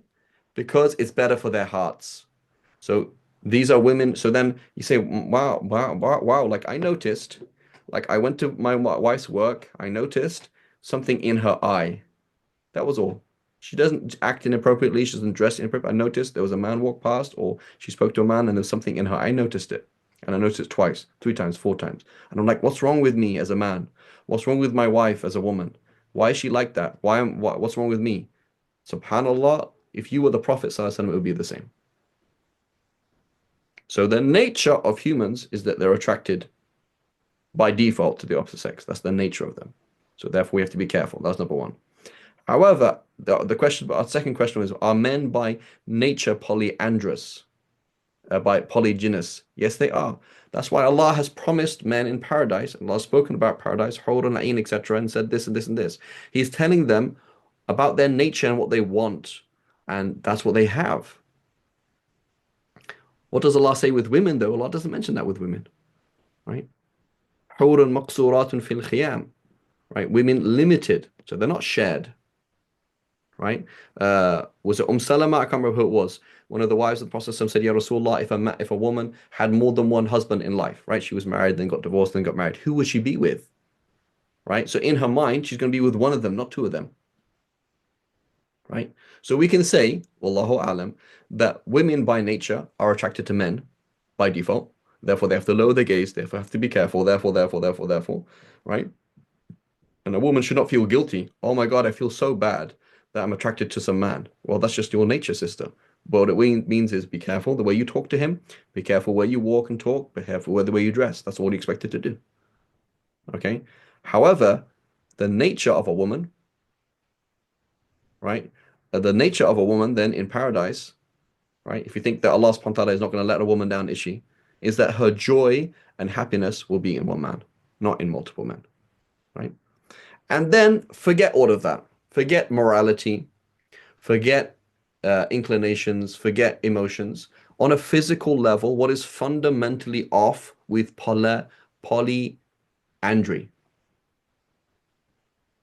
On a physical level, you have two studs and one mare in your back garden. Obviously the two studs are going to fight, but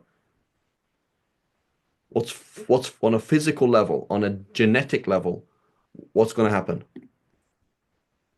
You wouldn't know who the baby belongs to. Simple as that.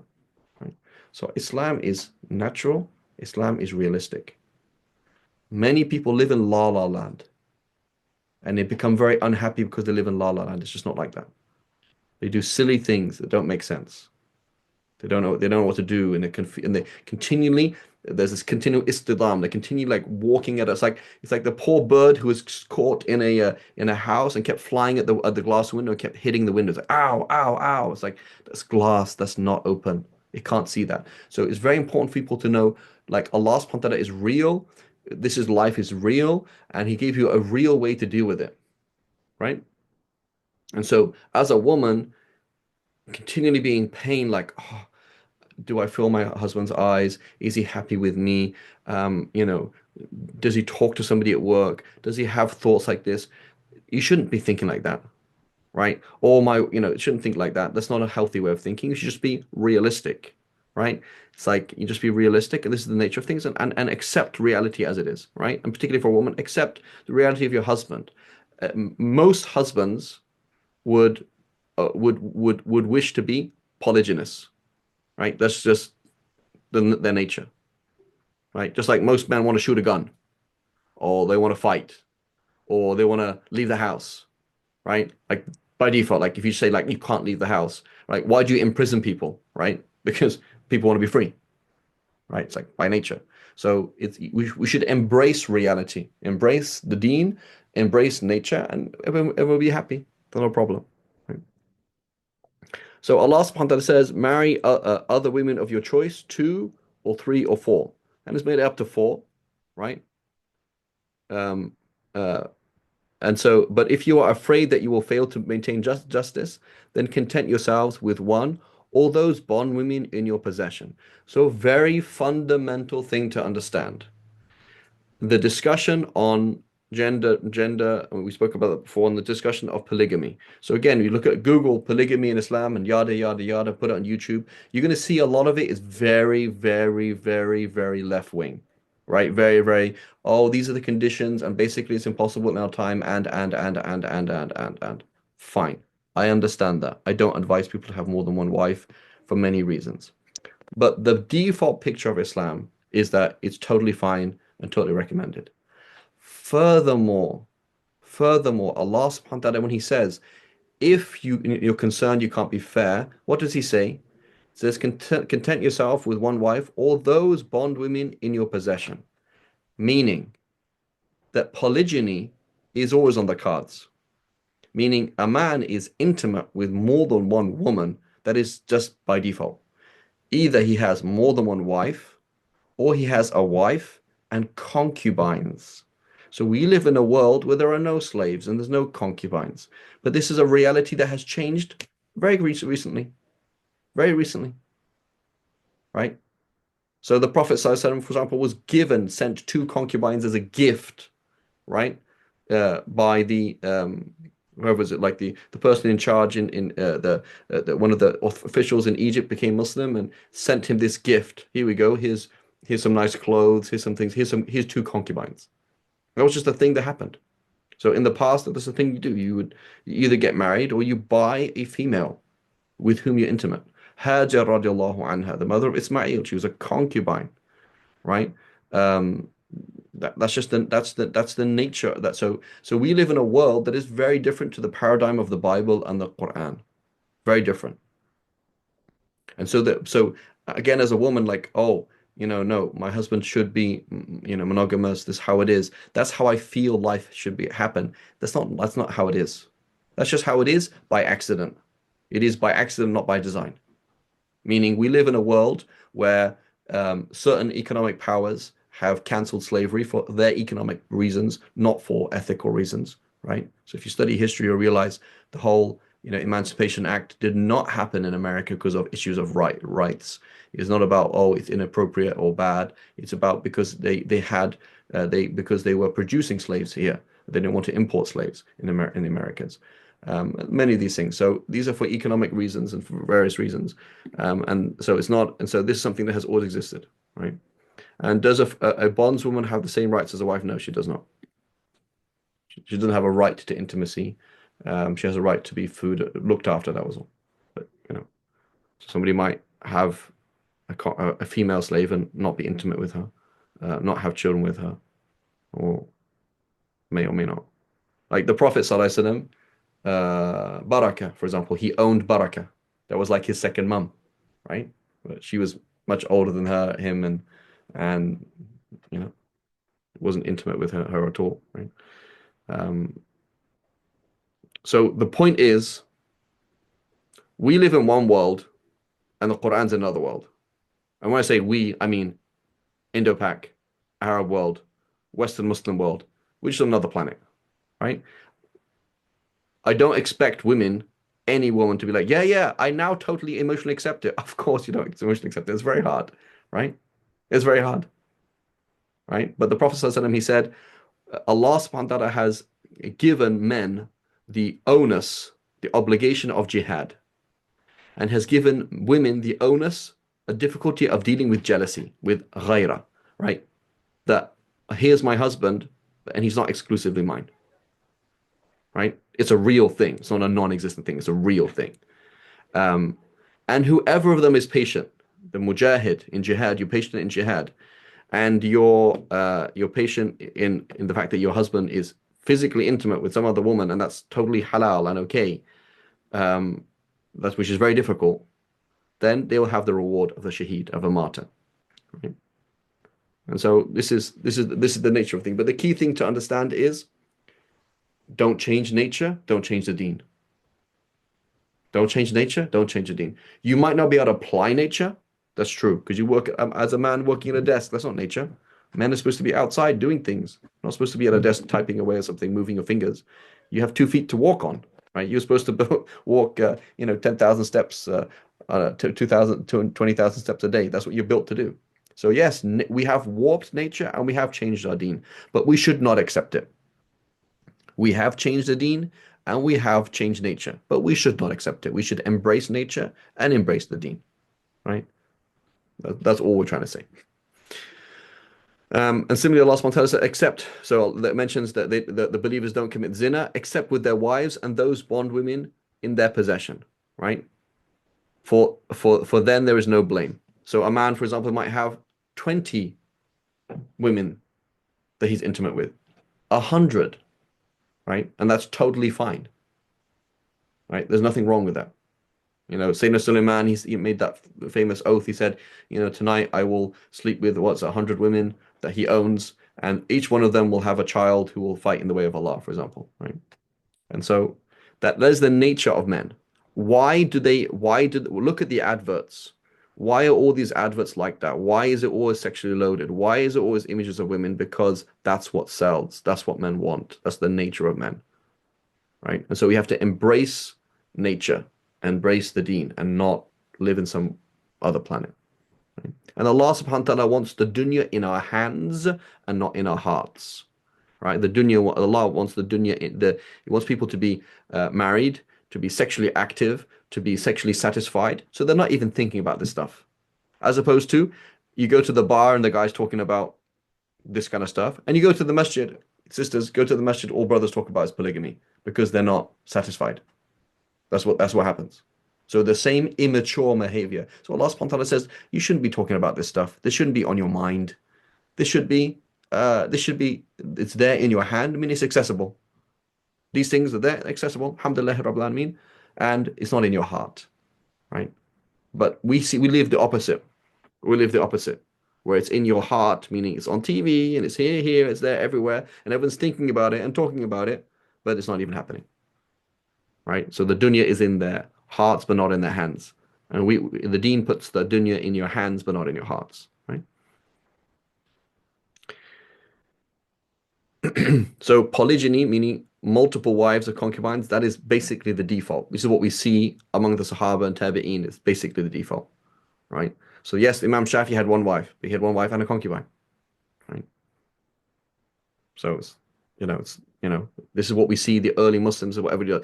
Saying Anas, he had like 80 kids, 300 grandchildren, right? Zayd ibn Thabit, I think he had like 50 children, right? Um, that's the picture. Obviously, it's not from one wife or two wives, right?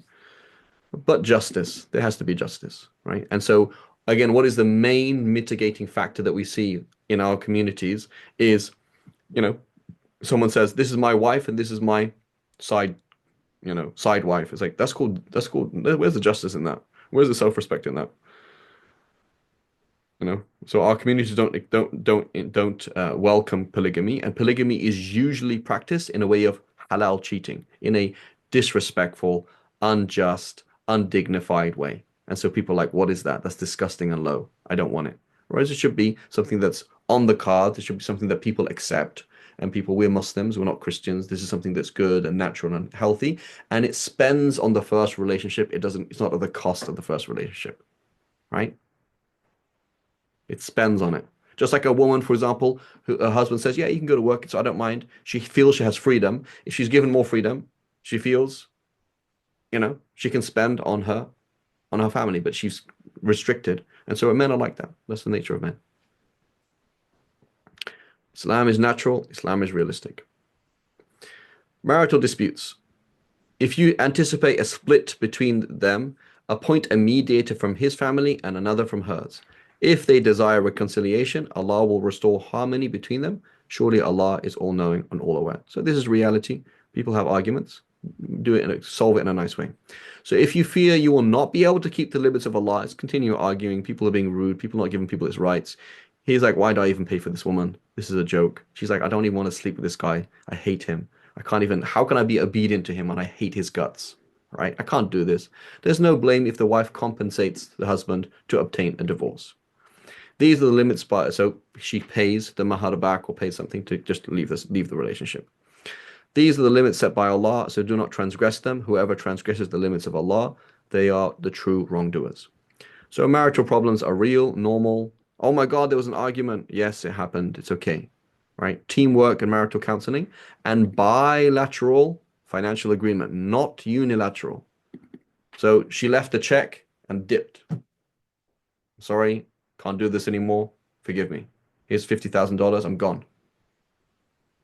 That's haram. You can't do it. It's a bilateral agreement. They agreed. They tried. It didn't work out. He didn't want to divorce her. She's like, I cannot be in this relationship anymore. I don't want to be in this. Please, I will pay you. How much do you want? I will find the money. How much do you want? Please. Right? And then they agreed. He didn't want to, but he agreed. Right? He verbally agreed, and they said, there we go. And so she paid her way out, but bilateral. Not that she can't just walk out. Say, here you go. Here's the mahar you gave me. Here's the rings. Here's the dress. I'm gone. She can't do that. That's haram. Right? And nobody goes. He goes. Right? When they have a divorce, he leaves the house, not she leaves the house. May Allah protect us all. Right? Allah subhanahu wa ta'ala is kind and understands certain situations. Please don't ever imagine that I sound like a kind of Andrew Tate judging women. I'm just trying to do a job, which is, this is what the text says, and this is reality, because people will kind of change things and people pull lots of punches. And I really feel it's not just, right? Allah subhanahu wa ta'ala knows this sister, she had to leave. She walked out, right? Can't do it. just can't do it. And she did things in the wrong way. People do things that are wrong, and Allah is merciful, and we're not judging anybody. But this is the paradigm that Allah gives us. It has to be a bilateral agreement. They come to an agreement together, and that was the default. When you divorce women and they have almost reached the end of their waiting period, either retain them honorably or let go of them honorably, but do not retain them in order to harm them. Right? So, again, we spoke about this in the tafsir class, but and so you may divorce may be retracted twice. So you divorce your wife, she goes through a waiting period of 3 months. Before that's up, you take her back. Okay, you're back together again. A year later, 2 years later, divorce her again. You took her back within the waiting period. You divorce her again, it's over. Then the husband must retain his wife with honor or separate from her with grace. Key words.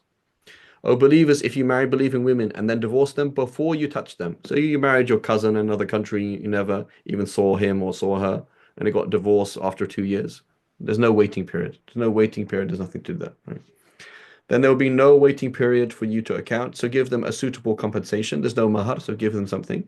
And that's it. There's no mahar and because you didn't agree on any mahar and you didn't be together. So there's no waiting period. There's no children. You don't have to do anything. Right? Divorced women must wait 3 monthly cycles before they can remarry. It is not lawful for them to conceal. So what's the point is emotional and practical. So emotional, she has the time to go process the whole thing. And practical, is she pregnant or not? Right.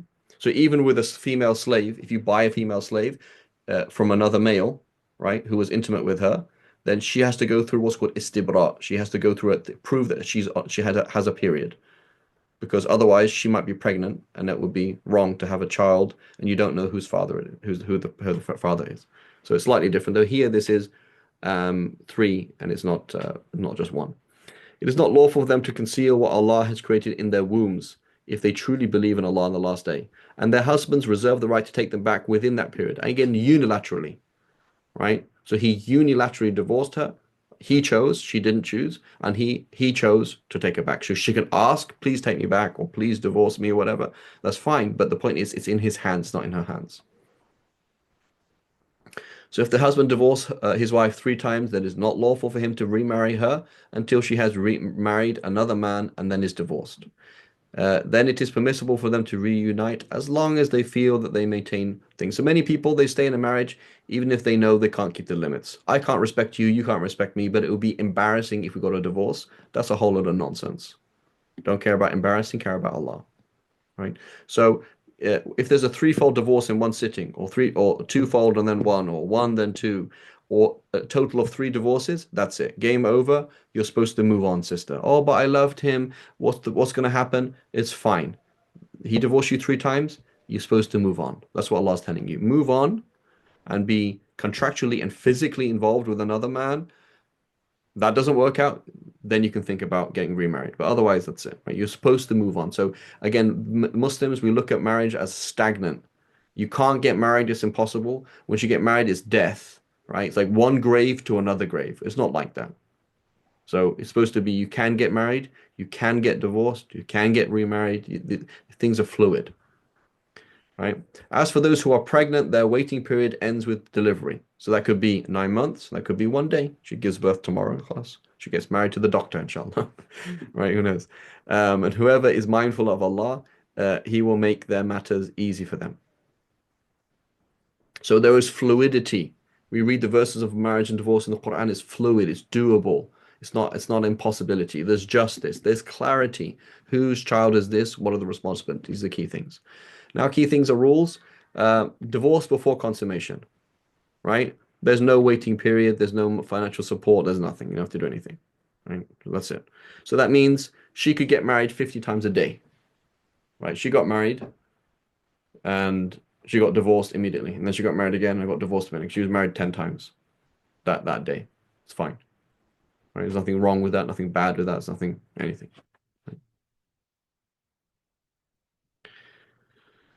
Um, you can't take her back because she's not in a waiting period. So if you want to marry, you can get remarried immediately. That's fine. So these people got married and divorced every single day for the last 20 years. It's fine. If they've never been together, if there's no consummation. What does consummation mean? It means either intercourse according to some scholars, or being alone. But they were never alone. They got married in a cafe and they stayed in the cafe and they just met every day in the cafe and they got married and divorced all the time. It's fine. Um, okay. After consummation, they've now been alone, according to those scholars who say being dukhul means being alone or consummation, the intercourse, and she's now pregnant. It ends when she delivers. Or she's not pregnant, then it's 3 monthly cycles. If she doesn't have a if she's she hasn't reached puberty yet, or she's postmenopausal, then it's going to be 3 months, right? And not 3 cycles, right? And the cycles might be longer or shorter depending on what's going on. Now, then there's irrevocable divorce and revocable divorce. Could you take her back? Could you not take her back? So you've divorced her 3 times now. You can't take her back. She paid. You can't take her back, right? However, you could be remarried. So with a threefold divorce, may not remarry until the wife remarries, consummates the marriage, gets divorced, and finishes a waiting period, right? With a khula', right? She said, "That's it. I'm out. I can't do this. I will pay," right? They can get married next week. It's fine. So she finishes her waiting. She's in a waiting period, and just get remarried. It's fine. So khula' is different. So khula' means you can't take her back, but you could get remarried, right? Whereas a threefold divorce, you can't get remarried. So people who do the whole, talaq, talaq, talaq thing is like you're just a fool, right? Don't there's no need to do that at all, right? And they think because of TV or whatever, it's not, it shouldn't be like that. And then the other thing then is this verse. It says, "As for those who accuse their wives of unchastity and have no witnesses except themselves." So this is that you know that she committed zina or you think that she committed zina, either of the two, right? You can see text messages, you can see what's going on, like this is ridiculous, or you see it with your own eyes. So neither of them are enough to have somebody stoned to death because that you need 4 witnesses. So what happens then is he goes to court. So that doesn't exist in a non-Muslim country. There's no Islamic court like that. Swearing by Allah 4 times that he is truthful in his accusation, and a fifth that the curse of Allah be upon him if he is lying. Wow. And then the punishment shall be averted from the woman because maybe he's lying. He just wants her to be killed. If the woman, if she were to testify, swearing by Allah 4 times that the man is lying, and the fifth time that the wrath of Allah be upon her if she is truthful. In which case, then, this is called public imprecation, right? It's called li'an. Once that happens, they can never be married. So if the child is not the man's child, and they can never be married. That's it. So then now it's like a divorce, but they can never ever be remarried. Okay, and then it says, and let them live where you live during the waiting period. So that means the man leaves the house, the woman does not leave the house, according to your means, and do not harass them to make make their stay unbearable. And if they are, so for example, it turns out this is impossible for her to stay there. She's going to stay there with the in-laws or whatever. It's going to be like hell for like the whole time. She doesn't have to do that because la darar wa la darar, there is no harm, right? So the default is she's going to stay there and that's it. If they are pregnant, then maintain them until delivery. So now you're going to have to pay mahar, you're going to have to pay the rent and pay the food and all these things until she gives birth. No, I'm just mentioning I'm trying to be as vague as possible so that I don't go into detail, so it's not madhab specific. Yeah. So for example, there's one fundamental difference agreement between the Shafi'is and the Hanafis on this issue of divorce before consummation, right? So at the wedding, he divorced her 3 times. In the Shafi school, that counts as once. So they can get married now. Right? Everyone says, guys, keep partying. We're coming back in a minute. They go and talk things out. They get remarried, and then the wedding continues. They can do that in the Shafi school because there's no waiting period, and they can get married again. He divorced her 3 times at the wedding. It's over for the Hanafis, so they can't get remarried. Right. So some of the examples I'm giving on the side are somewhat specific, but generally I'm just mentioning things in a very, very loose way without going into details, so that it's not really madhab specific. So the issue of a woman getting married without a guardian, that's Hanafi, only Hanafi. So in the Shafi school, you cannot get married without a guardian. It's not possible. So the scenario of the teens at school getting married. That's not going to happen in the Shafi'i school or the Maliki school or the Hanbali school. So if they are pregnant, they have to be supported till the end. If they nurse your child, compensate them, right? As you would compensate anybody else for doing a service. But if you fail to reach an agreement, then another woman, inshallah, will nurse the child for the father. So there's financial security and establishing paternity. These are important things. So this is the fundamental thing. Like you say, like, I live in Australia, and prostitution has now been legal. Women go to the doctors, they have medical checkups. Men pay for things, or I'm sure women pay for things as well. Who knows? Like, what's wrong with that? Like, why can't people just do what they want, right? And you say, well, okay, the reason why they can't do what they want is because lineage and financial security. Well, that's established. In Australia, here's this woman, she gives birth, that's the man's child. That was the client at the time, and here's a DNA test. What's wrong with that? Right? And so there isn't that much that's wrong with it. The issue is that the way it's done. So if somebody, it just, if somebody like, so the concept like, no, marriage has to be building society. Marriage should be for building society, but it doesn't have to be for building society.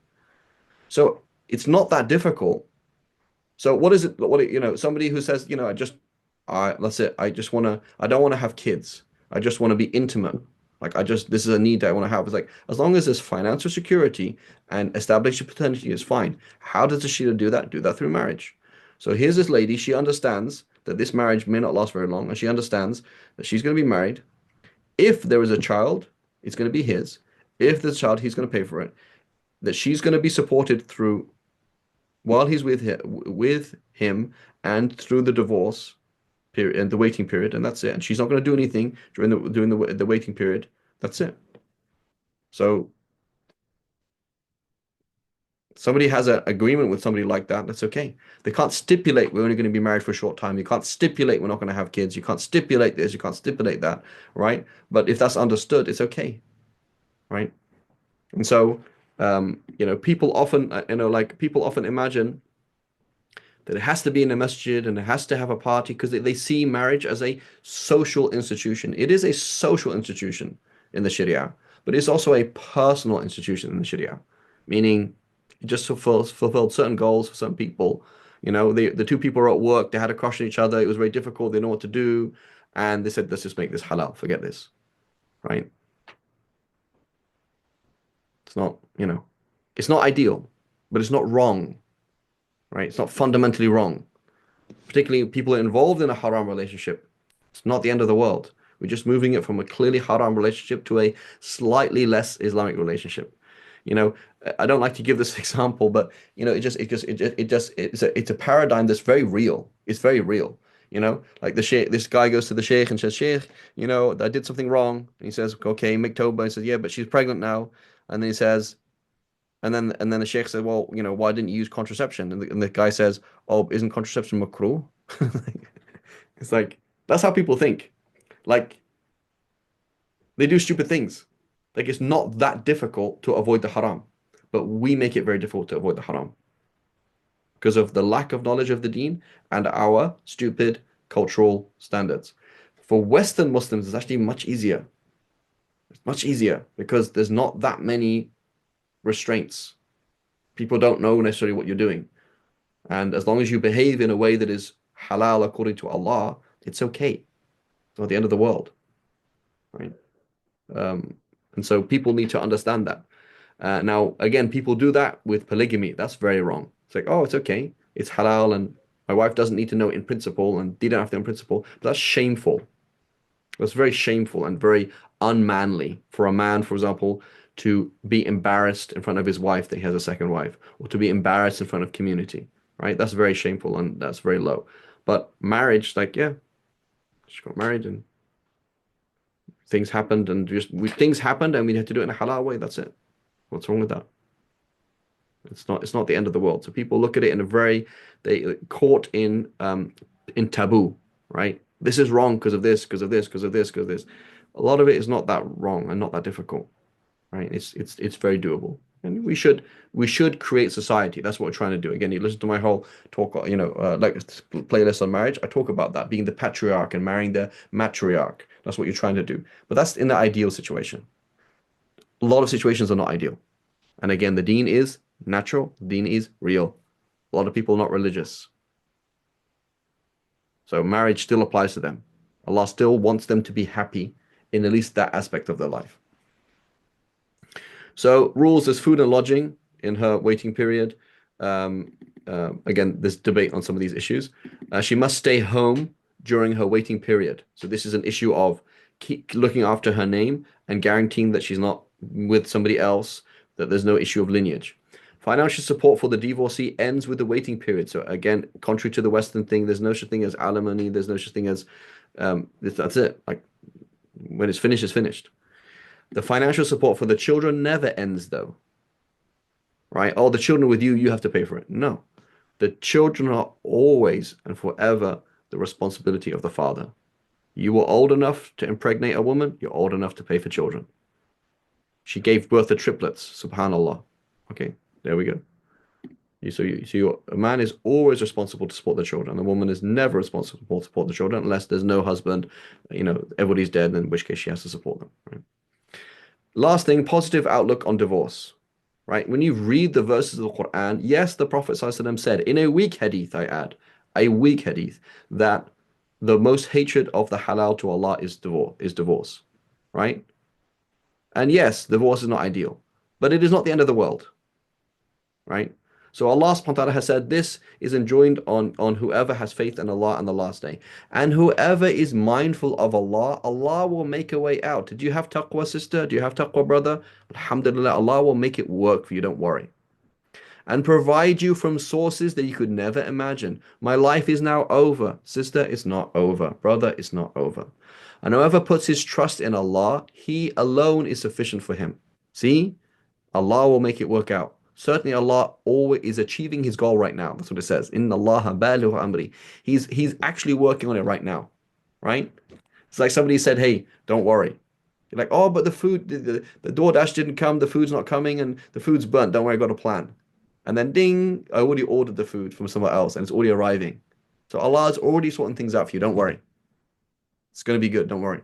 Allah has already set a destiny for every single thing. It was destined the marriage was going to end. It was destined you're going to marry this other person. Don't worry. How could I possibly get married? How? Allah subhanahu wa ta'ala has got you covered. Right? And then that same Surah Al-Talaq, it ends. Allah has indeed revealed to you a reminder and sent a messenger reciting to you Allah's revelations. Right? Look, my world is become myopic. I'm zoomed in on this horrible divorce that took 10 years of my life, drained my spiritual and emotional energy. And Allah's telling me, actually, you need to look at the big picture. Your marriage wasn't your life, and your divorce is not the end of your life. Making things clear to He may bring you, those who believe, and do good deeds out of darkness. My life is dependent on so and so. My life is dependent on so and so. My life is not dependent upon anybody. To the light. The darkness is to the light. The one, the many to the one. And whoever believes in Allah and does good will be admitted by Him into gardens underneath which rivers flow, and stay there forever and ever. Allah will have indeed granted them an excellent provision. Allah is the one who created the seven heavens. Sister, brother, it's not about, look how small your marriage and divorce is compared to what's happening on planet Earth, compared to what's happening in the universe, compared to happening in our galaxy, compared to everything. It's nothing. Allah's throne, the universe, lock, stock, and barrel is a dot compared to Allah's footstool, and Allah's footstool is a dot compared to Allah's throne. This is nothing, right? He is the one who created the seven heavens in layers, and likewise for the earth. The divine command descends between them. Your marriage and your divorce is part of Allah's plan. And Allah's plan is so much bigger than your marriage and everything that happened, and what He said and what she said and what they're saying about you and that. Don't worry about it. And Allah certainly encompasses every single thing. Allah knows what's going on. So don't be myopic. Come out of it and connect with Allah subhanahu wa ta'ala and you'll be fine. So life is in Allah's hands. Divorce is not the end. Right? So that doesn't mean you should be careless. People who say, oh, divorce is not a big deal. That's being careless. It's being irresponsible with people's lives, right? And so a man who is willing to just get divorced like that shouldn't get married. Like he's an idiot. But I think at the same time, it's not the end of the world. Nothing is the end of the world. What is the end of the world? Turning away from Allah subhanahu wa ta'ala, making a decision that Allah hates. Right? Doing something for the sake of your nafs, doing something for the sake of your ego, doing something for the sake of the dunya, as opposed to for the sake of Allah. That's the end of the world. Right? And even that's not the end of the world. You throw it in and say astaghfirullah and start again. Move on. People get tied to the past. Tied to the past. The past is finished. Move on. Allah is powerful. Your past is not powerful. You are not powerful. Your husband, your ex-husband that hates your guts is not powerful. Your wife, your axe wielding ex-wife is not running your life and not running the world. Allah is running things. So connect with Allah and everything will be fine. Inshallah. Any quick questions? Inshallah, we've kind of gone over time.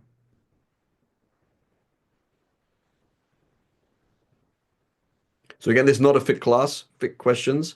We talk about some fiqh questions, again, not in detail in my playlist. There's much more detail there. But in order to study the fiqh of these things, we should study a fiqh book, right? Going to study a formal fiqh book, Mukhtasar Quduri, whatever, Umdat al-Salik, something, a traditional fiqh text on these things. This is more like general talk. But we have seen a lot of fiqh. Okay, any questions or queries?